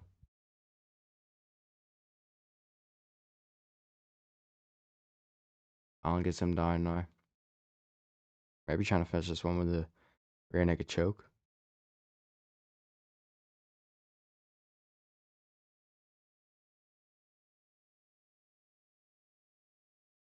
Put it off to the side though. I don't think he's going to get it.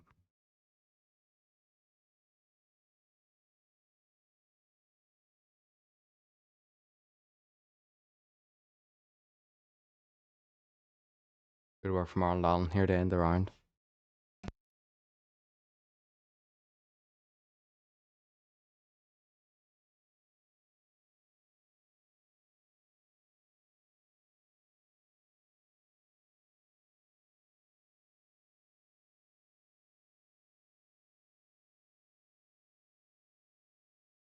Arnold Allen punching and ground and pounding his way to the end. That'll do it. What a performance, Arnold Allen, honestly, from what I seen of it for my lack of attention.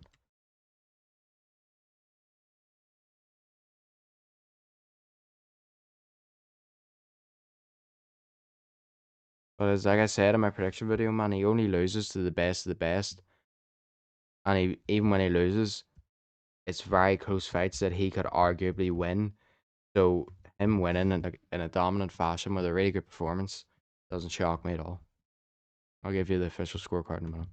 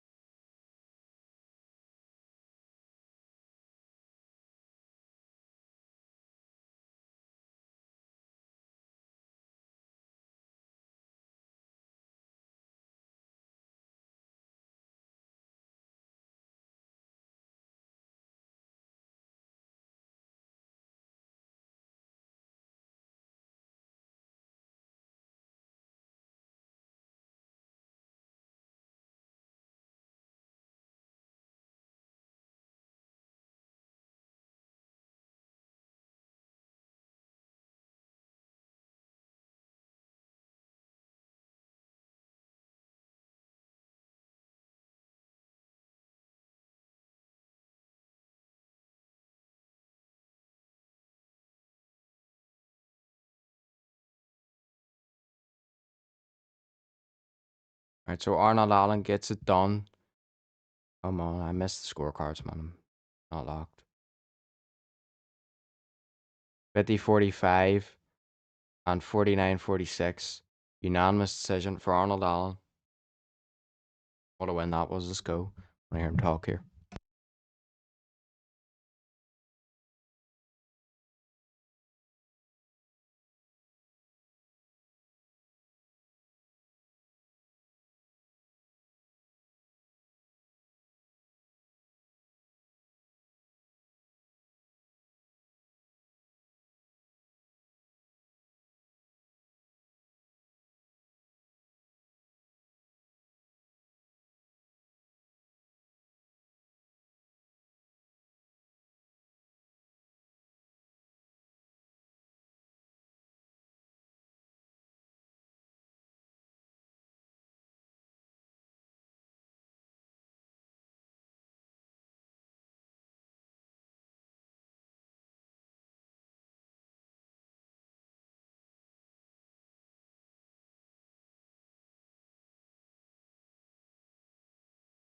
John Jones called out by Francis Ngannou. I don't think he wants that smoke, I'll be completely honest.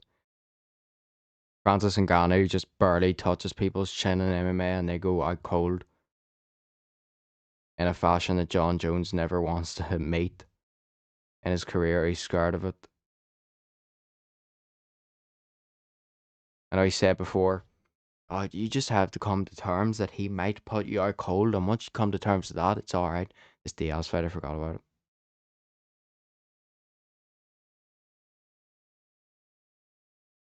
Nate Diaz, here he is.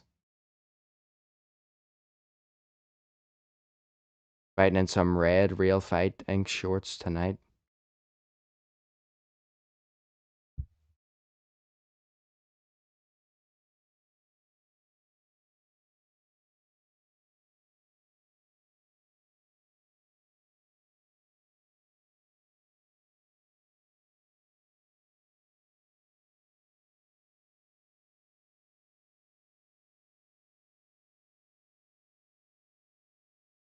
Alright, gotta give this fight the attention it deserves. I'll go back to my announcement of the McGregor fight later.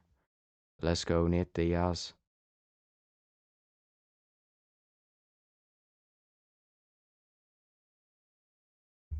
Oh, UFC's over now, that's nice.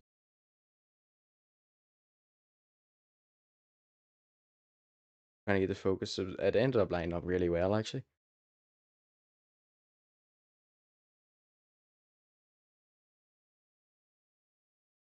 If I was intentional or not, but here we go.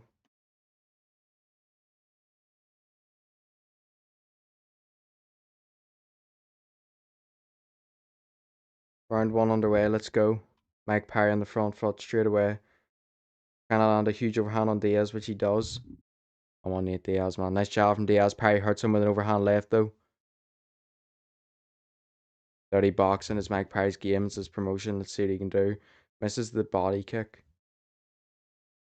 Diaz hasn't probably felt pressure like this in a while before.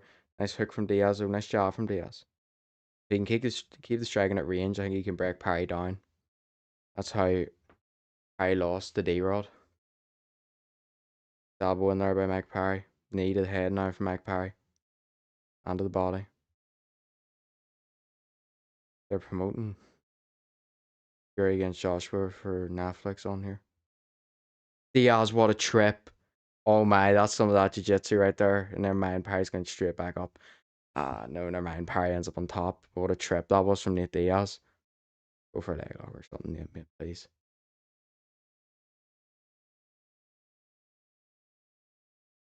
Round a pound now for Perry.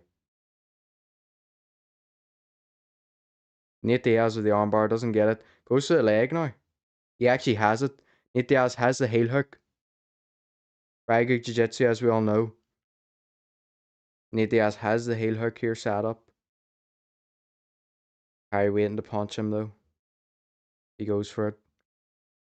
Got this. Come on, Nate. Never mind, Perry gets his leg out. Nate's going to try and build the top. Good work from Perry though. Nate Diaz dangerous holds back, as we all know. Mike Perry calls for him to stand up.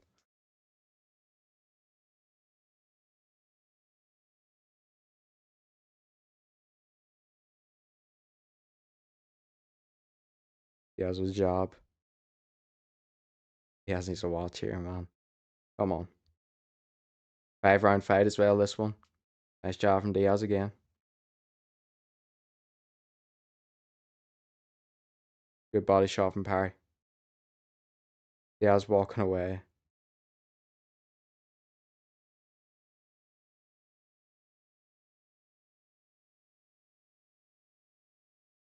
Oh, brutal body shot from Mike Parry. Nate Diaz is hurt here. Needed the head from Parry now. Misses the elbow. Diaz trying to get a hold of him in the clinch. Diaz needs a trip again here or something. Good distance though from Parry. Diaz is going to walk away. He's grabbing the cage and all, man. Nice body shot again from Parry. Diaz is hurt with those body shots. Double jab now from Parry. And shot from Diaz. Hook from Diaz. Hook from Parry. Body shot again from Parry. Diaz is stumbling. He's not even like... Just walking all over the place, man.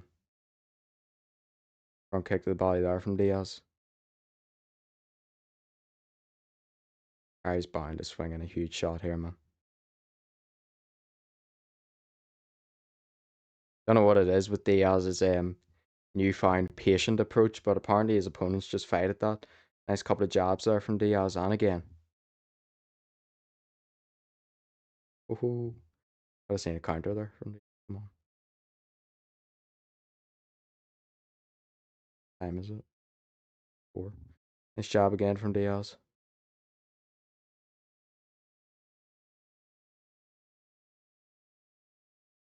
Nice left hook there from Parry. Diaz is cut over that right eye. Needs a takedown in my opinion. Nice 2-1 though from Diaz, or left hook right hand Diaz. And again, Diaz with that straight. Diaz going forward now. Come on. Nice 1-2 from Diaz, left hook. Blood on the face of Parry now.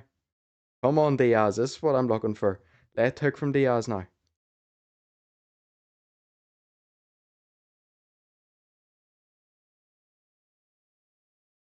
Nice straight left though from Parry. Straight right, sorry.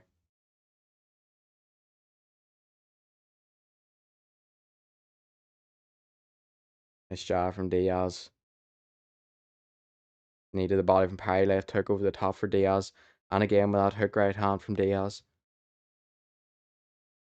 Diaz walking away now with his hands on his hips again. Double jab from Diaz. Nice body shot again from Parry, but Diaz goes through the back here. In the clinch, Parry switches it around. Diaz needs to block the elbow there. Parry swinging in some huge elbows on the side of that cut as well. Diaz needs to watch here. Separate, nice job from Diaz to end the round. Good round. Nice. Come on. Come on, Diaz, man. You got to get that to Parry, but Diaz showed his danger on the ground and started doing well better towards the end. I think Parry hurt him more, had the bigger moments. Diaz is caught and stuff here, so yeah, that goes.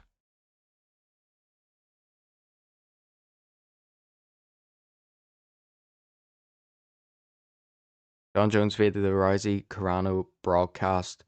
I got to try and focus on getting out of my UFC contract. That's going to be difficult. That's going to be the difficult part of this fight. If this fight with Francis is going to happen, I don't think Dana's interested in doing business with Francis. So doing it with the MVP would probably be the only way to make it happen. And if we can, get out of my contract, that would be great. So I don't think that's going to happen for him, fortunately.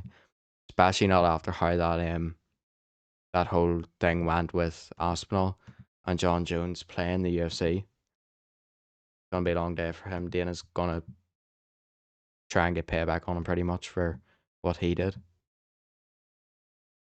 to Dana. You know what I mean? We go again here. Round 2 underway.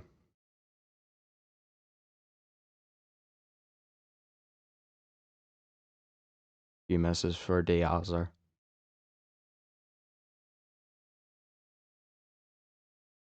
Nice jab to the body. Right hook over the top from Diaz. Nice job again. Nice elbows on the inside though from Parry. Superman punch from Parry there.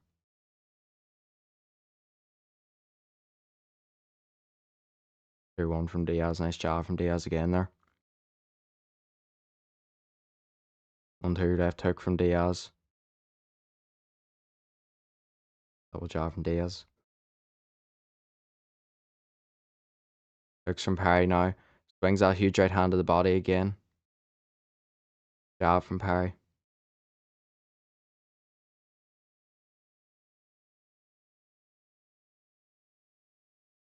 Nice job from Nate Diaz. Come on.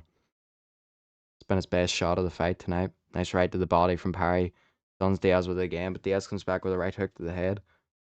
Job from Diaz.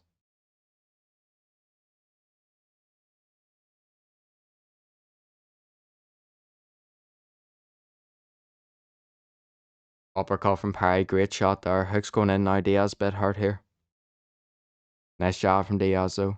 Goes for the takedown. Doesn't get it. Elbows again from Parry on the inside.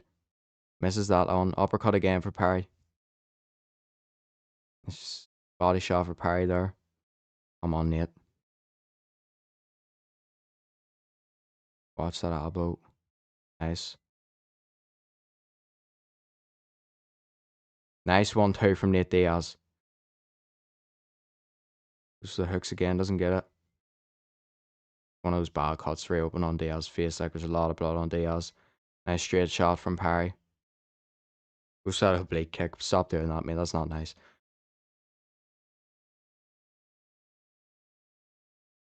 Diaz just backing up, trying to counter. A lot of blood going into the eye of Diaz. Nice huge elbow as well there from Parry onto that cut. Parry takes it back to Diaz here to see if Parry just tried to land a front kick from behind. That's crazy. Trying to put Diaz in the choke now, doesn't get it. Diaz turns him around the clinch. Diaz needs to try and get Parry down here. Never mind. They separate. Diaz trying to wipe away that blood.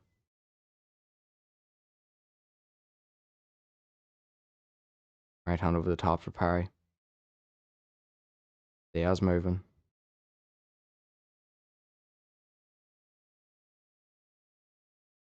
Covering up. Makes Parry miss. Blood again in the eye of Diaz. Nice shot from Diaz. Huge right hand though for Parry and a knee to the head now. Down goes Diaz. I don't think that was an actual knockdown though because Parry kind of threw him over. He got to get hit with some huge shots though, so it could have been. Diaz looking for that armbar again. Isn't going to get it. Parry being very cautious of how much he enters the guard of Diaz. They're trying to land some huge ground and pound here. Blood all over the place. Come on, Nate Diaz, man.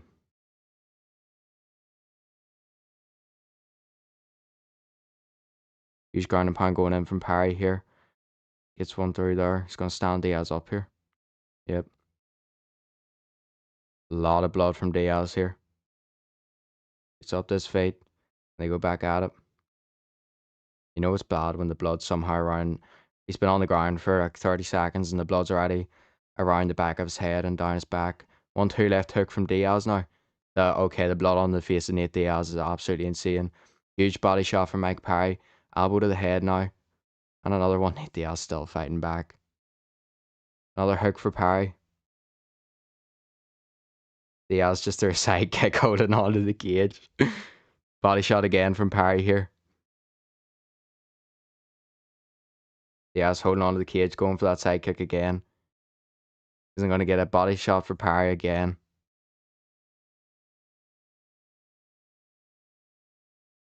I don't really think Nate Diaz can see much, to be honest, but Parry sort of just walking forward as well, shaking his head. I don't know if that's in disbelief or not. Stop throwing those oblique kicks, mate. Come on.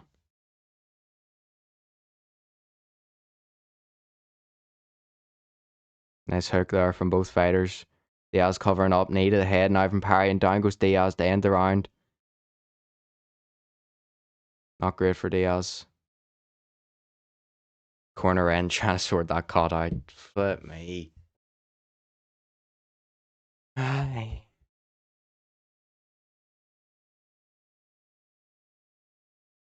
Diaz back up this style.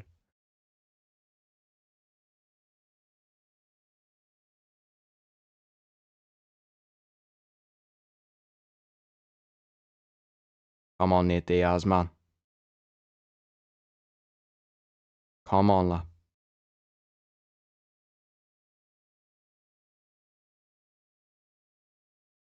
Cut's actually on the actual side of his head.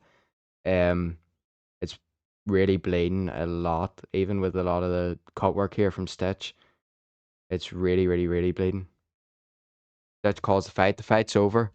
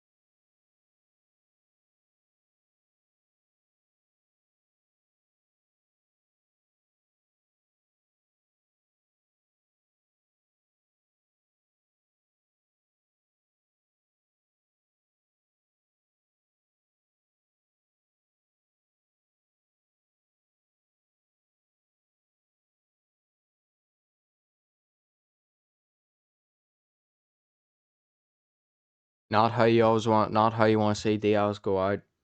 Another doctor stoppage, unfortunately, for Nate Diaz. But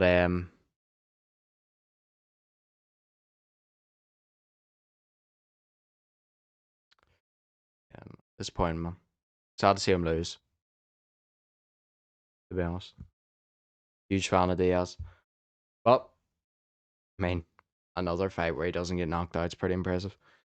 You got to take away the positives. I was looking tired. Diaz would have come on late. Get him saying. Nah, I'm only joking. Great performance by Mike Parry, though. Really, really good work with the body. To the body, I mean, sorry.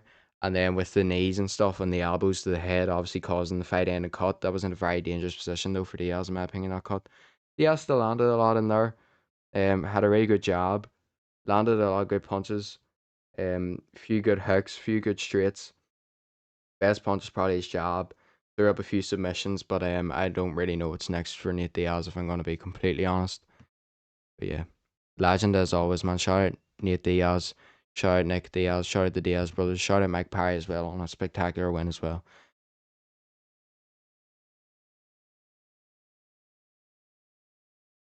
But I'm not gonna lie, man.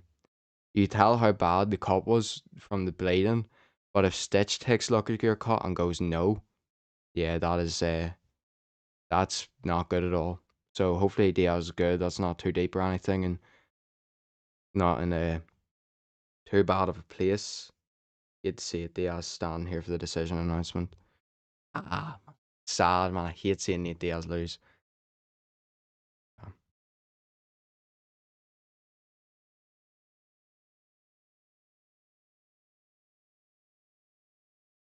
The need to end the round as well, man.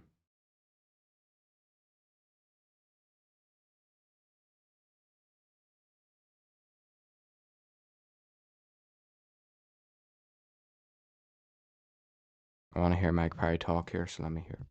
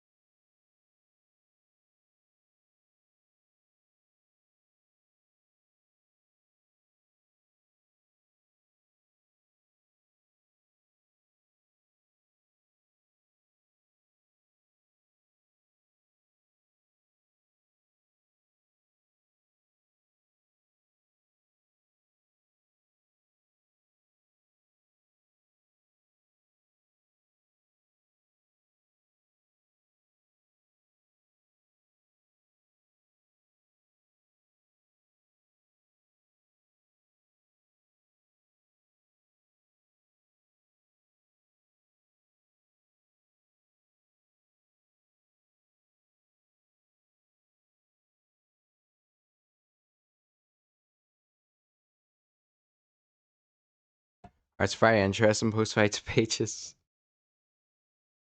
Diaz Parry says Diaz is one of the toughest people he's fought.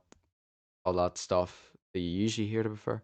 Um, three round main event for the Conor fight. What am I saying here? Great performance from calls out Jake Paul for MMA. Jake Paul said that'll be no problem for him, and then they give it to Diaz. Diaz says he wants the rematch. To prefer, it wasn't his choice to stop. He said he was alright with it being stopped though because of the blood in his eyes and stuff. And he wants the rematch. He says nobody beats him twice. He said he's fighting rematch for Parry, rematch for Jake Paul, and then he's fighting Ariel Hawani. So yeah, I don't know. He wants that rematch though, so we'll see. He said nobody beats him twice. Let's find out.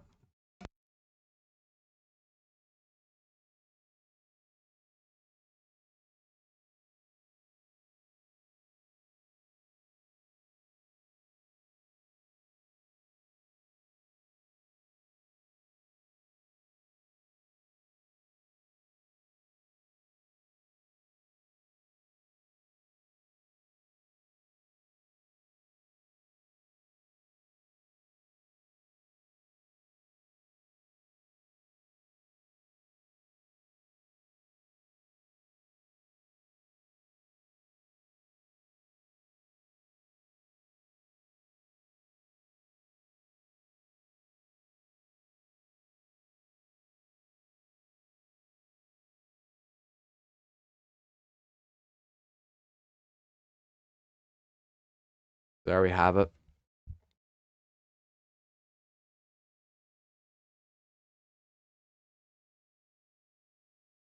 Let's go.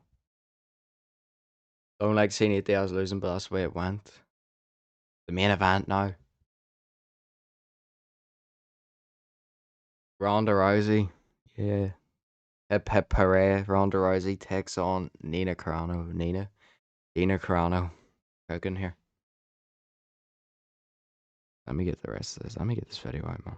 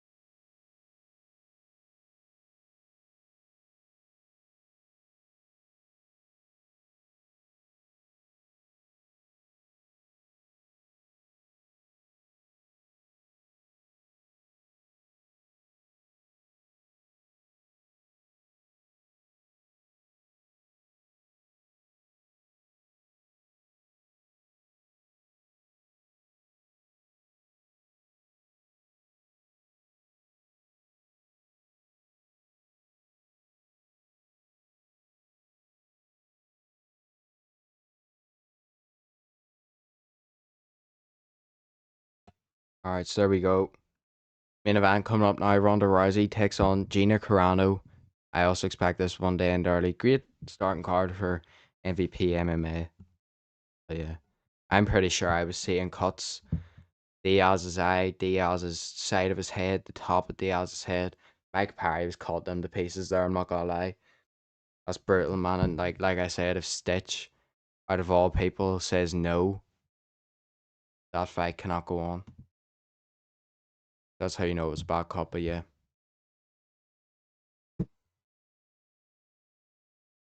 gotta run that back in Bay Arena. Hashtag Diaz Parry. Wait from Jack Paul there.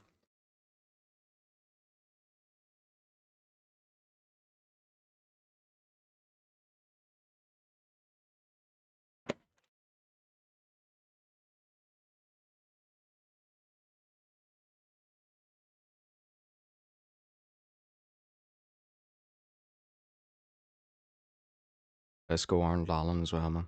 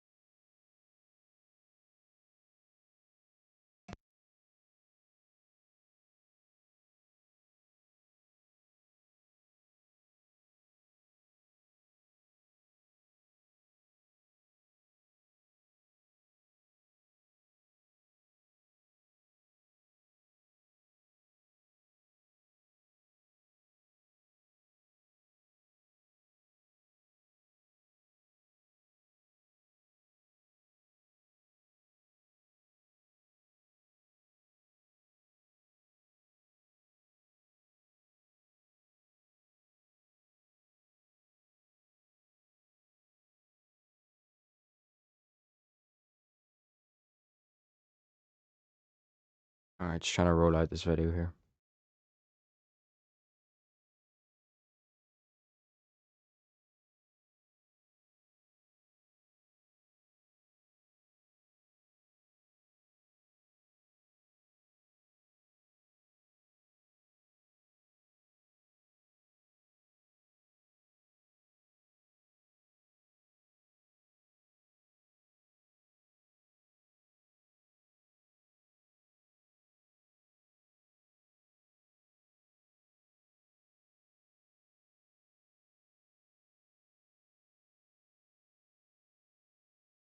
Let's go.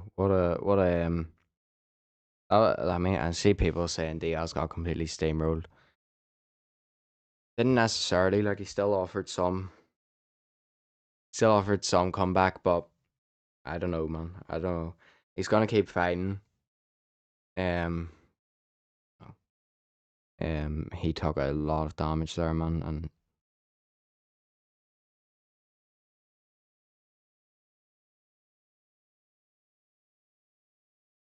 I don't know. He's one of my favorite fighters. I don't want to see him go on and take too much damage. See what he does. He's just gonna fight to the end of time, to be honest with you.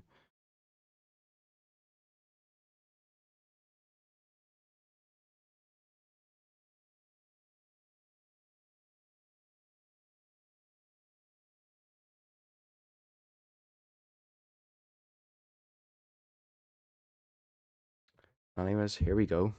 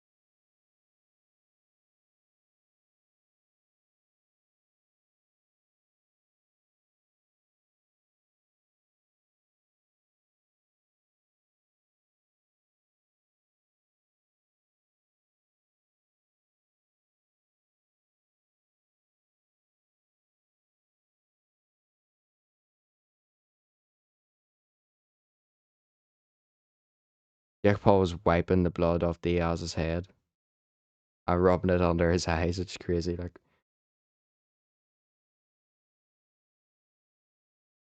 what am I doing here? Uploading this.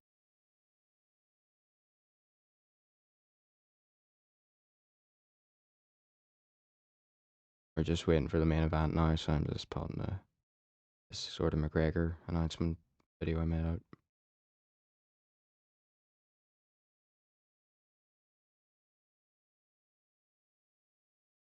Go.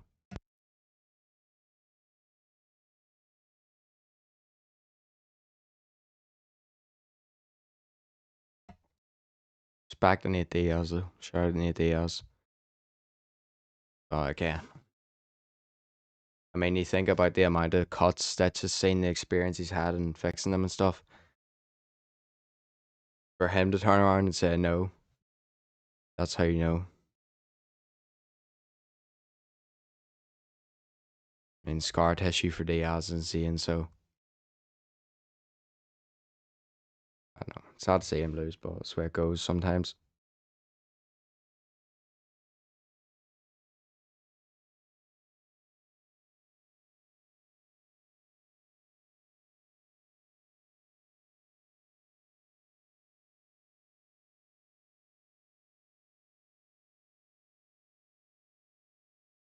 Let's go.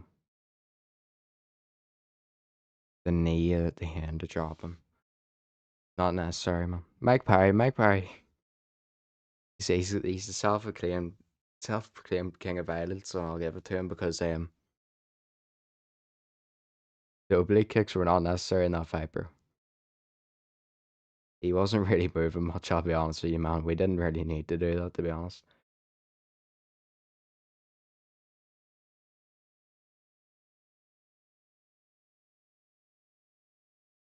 Well, oh well, we go again, I suppose, with Diaz. These two are still talking.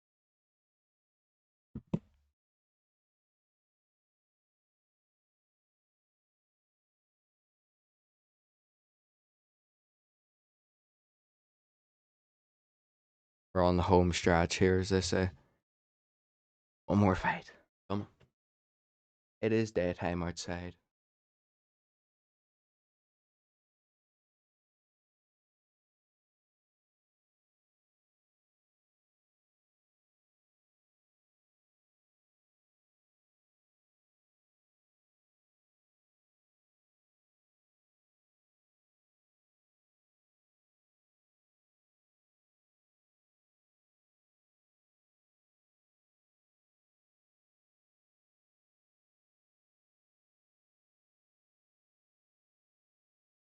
Let's go.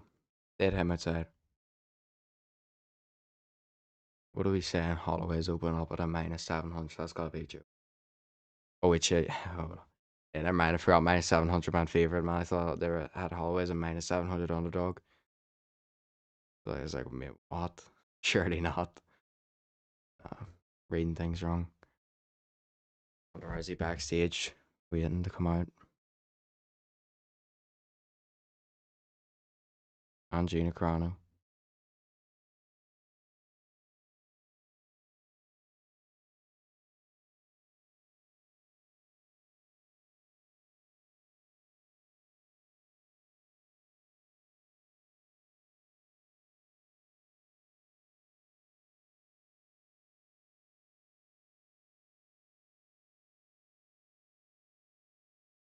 Let's go.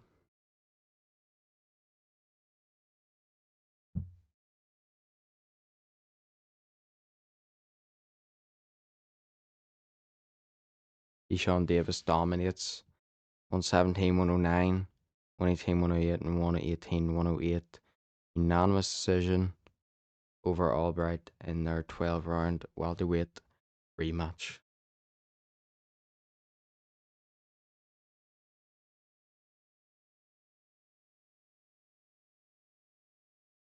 Someone said Rousey, Francis, Diaz, and Connor. All the talk in MMA today at Sport really did peak like 10 years ago. Crazy work. The arena is pretty full, like they're getting there. Their first event as well, man. Like,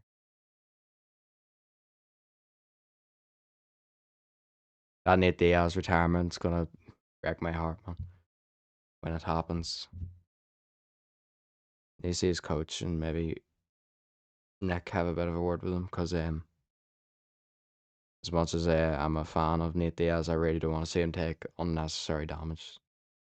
Boss, he doesn't have to permanently retire from everything. Do you know what I mean? We can get some jiu-jitsu matches from him and all the likes of RAF. There's like a wrestling, not wrestling. Sorry, there's a jiu-jitsu version of that. I think we were supposed to see, or we did see actually, Sergin and Mikhaev on that.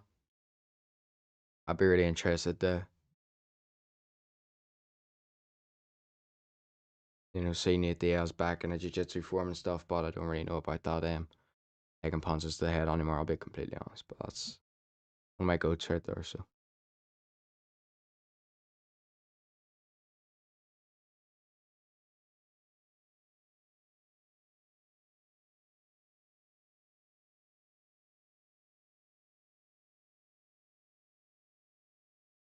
it's UFC 329 main cards and seeing Conor McGregor takes on Max Holloway in the main event in a 5 round main event at welterweight, so it is 5 rounds. Benoit Saint Denis takes on Paddy Pimblett. That's your number 5 ranked against your number 6 ranked lightweights right there.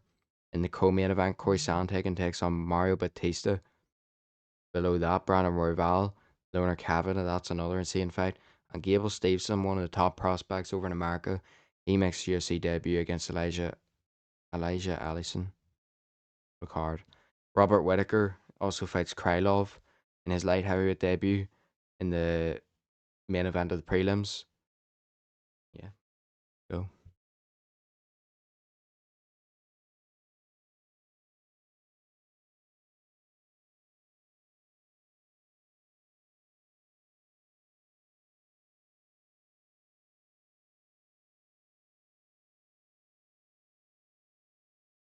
All right, here we go. Who's walking out? I think it is Gino. Gino.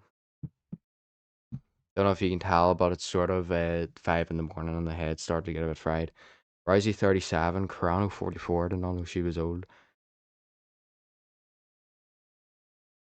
But then come out right. That's mad disrespectful. My bad. Serrano, Carano, Rousey against Serrano. No, that'd be an interesting fight. They actually could have done that in MMA.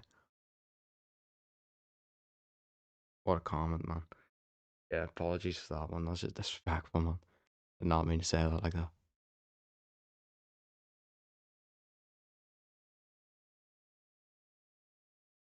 Kevin Hart did the interview or something. Here's the guy from the Avengers movies. Like, what age are you now? And he's like 50, and he's damn 50. Alright, enough of that. But me.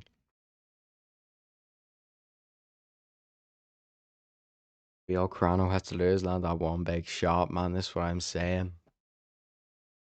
Oh,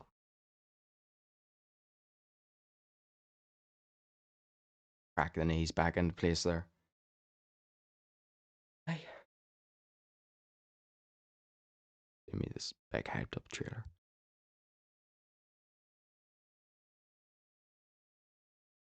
I don't think Harlan Dallin was happy that he dropped around in there, I'm not gonna lie.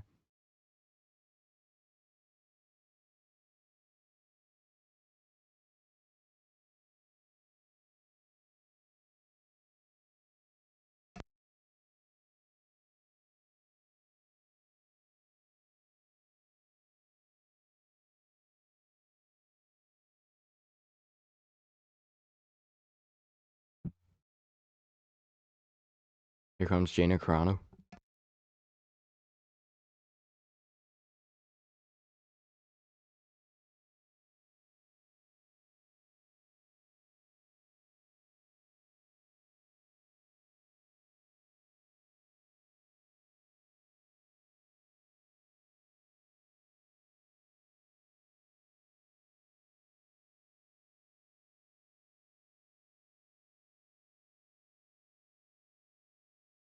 So Gina Carano makes her way to the ring, the octagon, the hexagon actually this time. The first time in 17 years. How about that? Very long time. Cody Brundage win tonight, man. The return of the GOAT.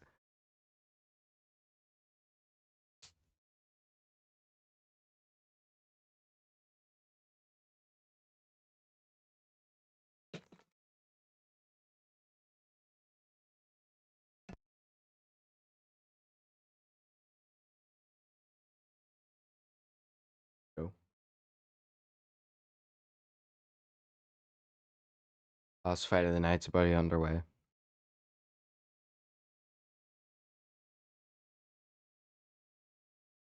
Dude, bro, if Gina knocks her out, that'll be insane.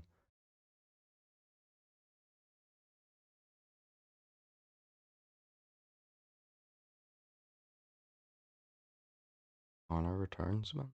Crazy. Rams actually. Aye.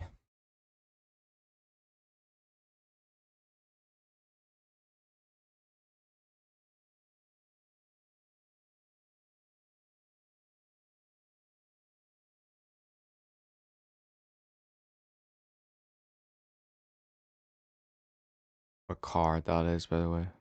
I already said this UFC 329. Alright, what do we live odds? Holloway favorite, Anthony favorite, Sandhagen favorite, Kavanagh favorite, Stevenson a minus 1800 favorite.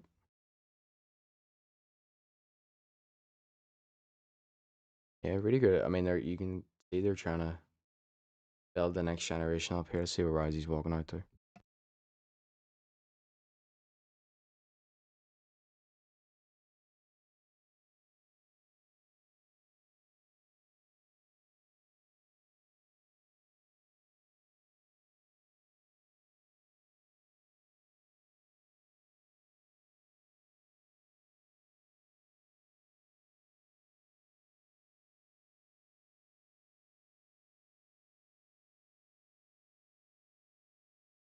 Yeah, as I was saying, anyways, you could tell they're trying to build the next generation. You know, you have a card headline with McGregor. It brings a lot of eyes to the sport, let's be honest. Whether you like him or not, brings a lot of eyes to the sport, and especially after. Where am I going with this? Especially after 6 years out. Do you know what I mean? People are still excited for that comeback. That some, I mean, it's a really big announcement. It's a really big fight announcement. So no matter what people say, they act like they don't care and they don't like him and stuff. Whenever the announcement comes that McGregor's coming back, it's usually pretty big, and the fight's usually pretty big, is what I'm trying to say. So they're giving some names on here. You got the likes of Leonard Kavanagh on here. They're trying to build up. Obviously, Gable Stevenson has been placed on the main card over Robert Whitaker. Um, you don't have to work your way to the main card anymore. You just have to be a big name coming in. Bo Nichols, another example of that. Robert Whitaker takes on Krylov, like I mentioned, but then again, you've Luke Riley and Hong Wang as well against Tracy Cortez down there on the undercard. So some really big fights there, really big names as well.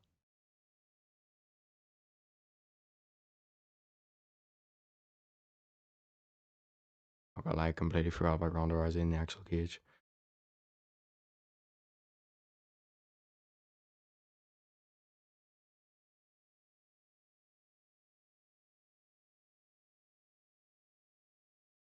Performance award, Alice Ardlane. Performance award, Juan Diaz. Fight of the night. Doho Choi against Daniel Santos. That was fight of the night. To be fair, it was a really good fight.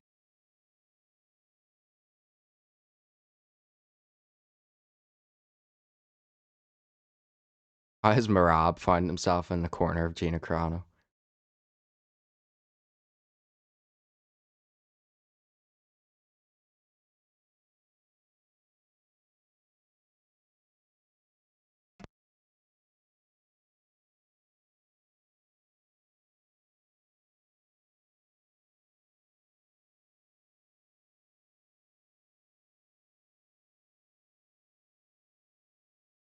All right, let's go. We also got that what they call it, capsule submission. Crazy work. Never seen that in my life. Didn't even know that existed, to be honest. Probably why my boxing knowledge is better than my MMA knowledge.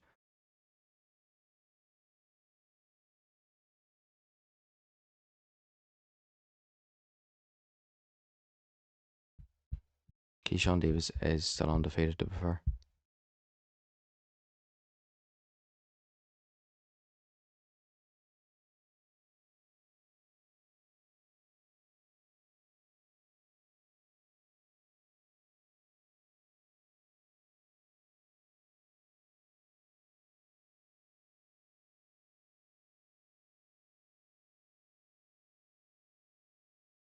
Here's Gina Carano. Out of fight for the first time in 17 years, which is crazy.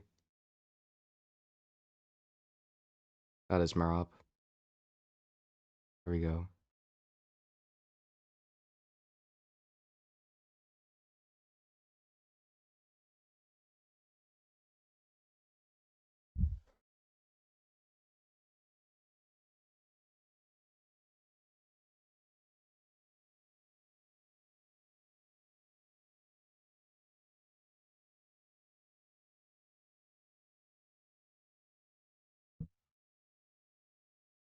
Here's the Ronda Rousey introduction.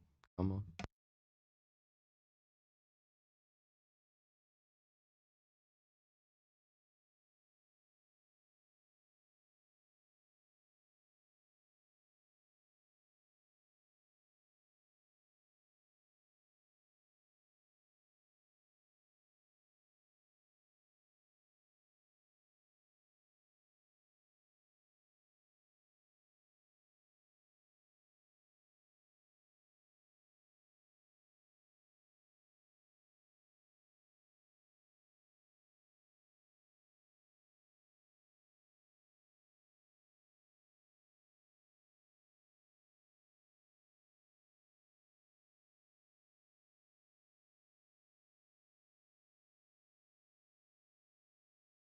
I'm not gonna lie, I don't know if that's Big Mo or not.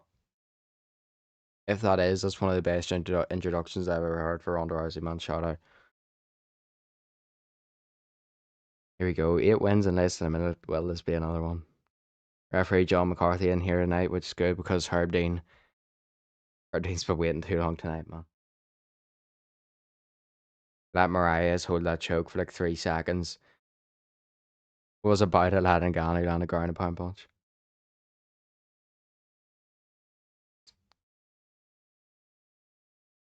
Here we go, round one underway. I completely forgot about the round timer. And Rousey gets her down straight away. Okay, this is over. Rousey knows she can't take a punch as well, man. Yeah, here we go. Rousey's ground and pound, and Rousey's on mine. She's gonna take the arm, and it's over. There we go. Rousey wins in 15 seconds. Nice. Did she just double leg instantly? I wasn't even looking. Good, man.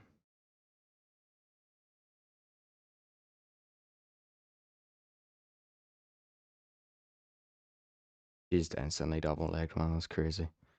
Alright, well, there we have it. What if I've been.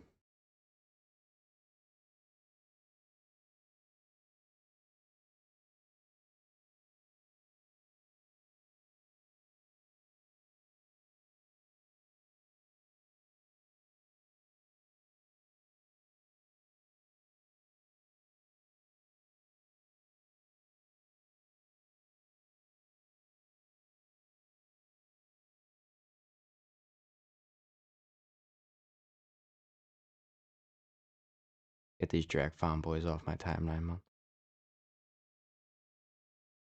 Rousey's crying and all. Hard ass. I'm really. Wonder what she's gonna say after the fight. This is irrelevant. This post isn't relevant exactly. Drake's mid albums are not relevant. While we're on the topic, these two are respecting, they're crying and they're hugging and kissing each other here. I don't really care for this at the moment. Oh well, we have time. If you're actually just a fanboy if you state otherwise. Iceman was good. The other two albums will never touch my ears again. They were absolutely rubbish. That's all I'm gonna say. We'll move on from that. Not a music channel over here. Yeah, Rosalie just instantly took her down, man. She knows she can't take a punch, so if you do any other fight, if you do the Holly Holm rematch, she'll get knocked out again, like, but any fight like that there, it's just stupid, like. So just, oh, Gina went for a leg kick as well. Well, at least we had the UFC on tonight.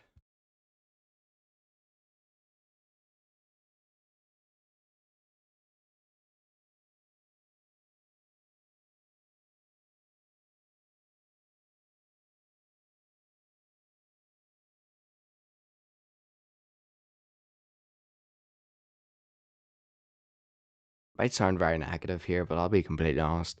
It's 5:10 in the morning, and I knew that was going to happen.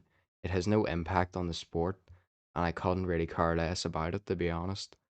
But it's a great win for Rousey. She gets her send off, she gets her 15-second arm.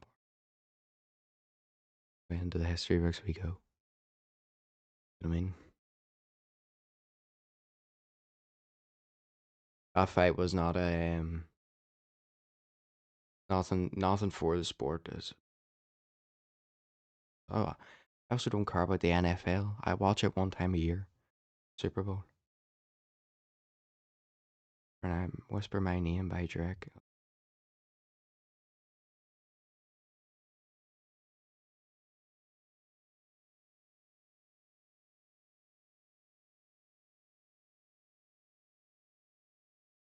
Anyways, great win for Rousey. I'm sure she's gonna talk a lot here.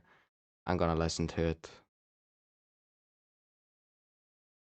Taking ages to announce the decision of a victory that come in 15 seconds. By the way,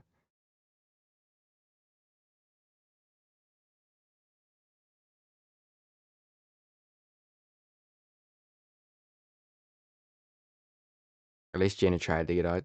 Didn't try the right way to prefer. I think.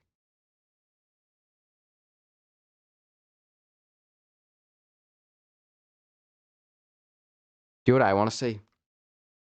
Do what I want to see. I want to see Ariel how well to prefer. Actually, these two weren't actually mad at each other. Never mind. Never mind. No respect between these two. You know what I mean?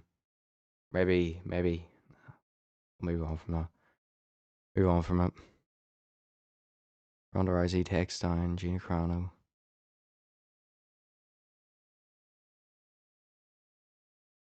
Let's hear what Rousey has to say, man. Out of here. Hi.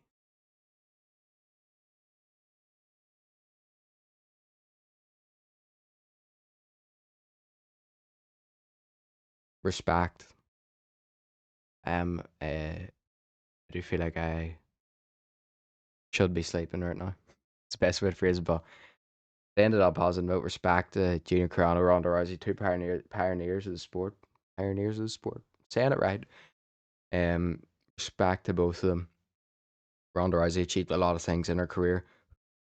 Gina Carano, 7-2 now, but also helped build the sport as it is today for women's MMA. Obviously, Ronda Rousey being the inaugural UFC champion for the women's divisions, and that has a huge impact sport that obviously can't be created again because it was a first, and you gotta respect it. Respect to both of them.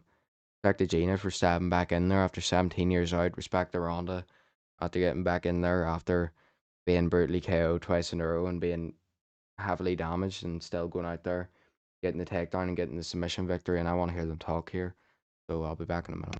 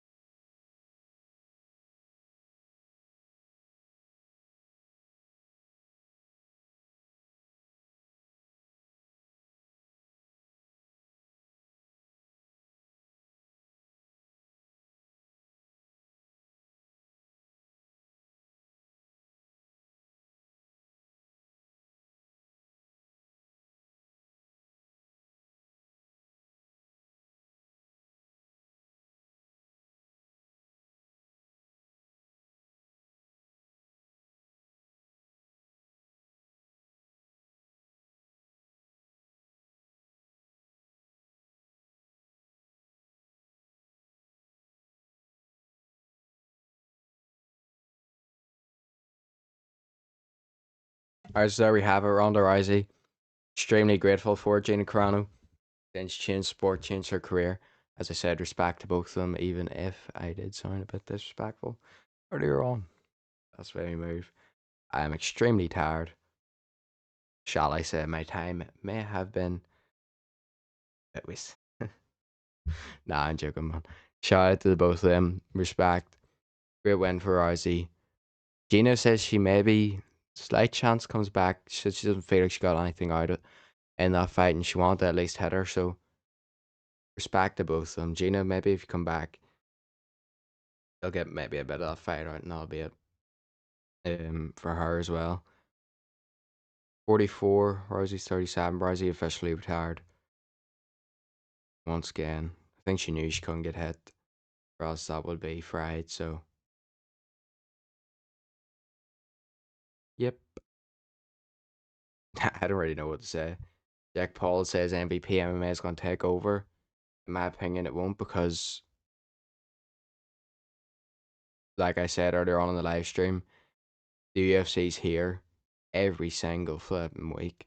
Every single week. Thought you had them tonight and then they announced the biggest fight they possibly could. What do you do? You know what I mean?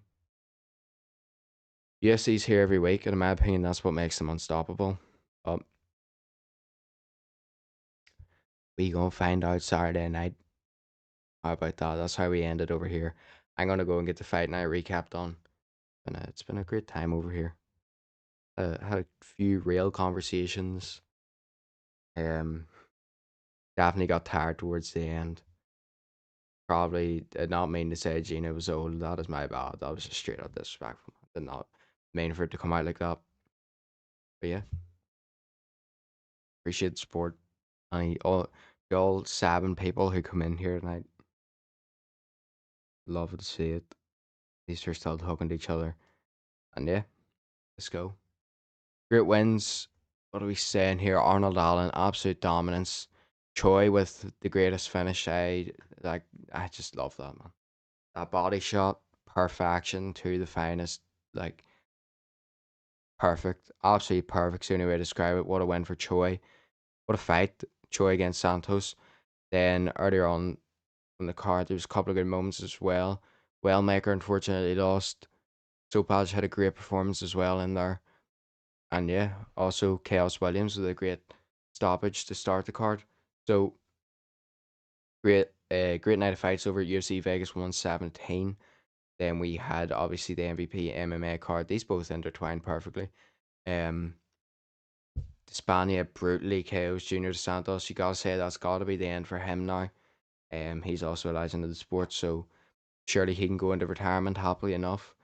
What he's achieved, but that was a brutal KO. So I don't want to see him have to face something like that again. Then you had what did we have? Harnessy against what did you call him like Cross. That was a great finish there as well. The body shot again. Body shots left, right, and center tonight. Mike Parry put on a great performance over Nate Diaz, who's tough as ever. Went down, got back up every time, and Stitch on his corner actually called the stop to the fight. It was not Nate Diaz, but Mike Parry gets the win there, the stoppage win. And move on to our co-main event. Or no, that was actually the co-main event. Sorry, I forgot about Ngannou. Francis Ngannou catches another just brutal KO on for the Diaz fight over Felipe Lin's brilliant left hook, sort of overhand punch. That one puts Felipe Lin's out, and then lastly the main event, 15-second submission victory for Ronda Rousey in what was uh not necessarily a huge fight. The numbers might be good because it was on Netflix. It wasn't it wasn't the best of the best currently in the moment, but it was sort of a send off for two pioneers of the sport, and you got to respect it. Ronda Rousey gets the win in 15 seconds, and shout out to her on a great performance and a great victory. Dina also lost £100 in weight in the lead up to this and stuff, so respect to her. It's a great achievement. And yeah, David Lynn's just took significant damage for 100k. Anyways. That is all over here in SCS Combat. Great to see nobody voted on the poll, man. Oh well, we move per usual. Anyone's watching, thanks for watching. Anyone's coming along, thanks for coming along. Yeah, all. Conor McGregor will fight Max Holloway as well. We got that announced. UFC 329 International Fight Week, July 11th. 170 pounds, 5 round main event. Let's see it. Again, have a good day, morning, night, and afternoon, evening, wherever you are.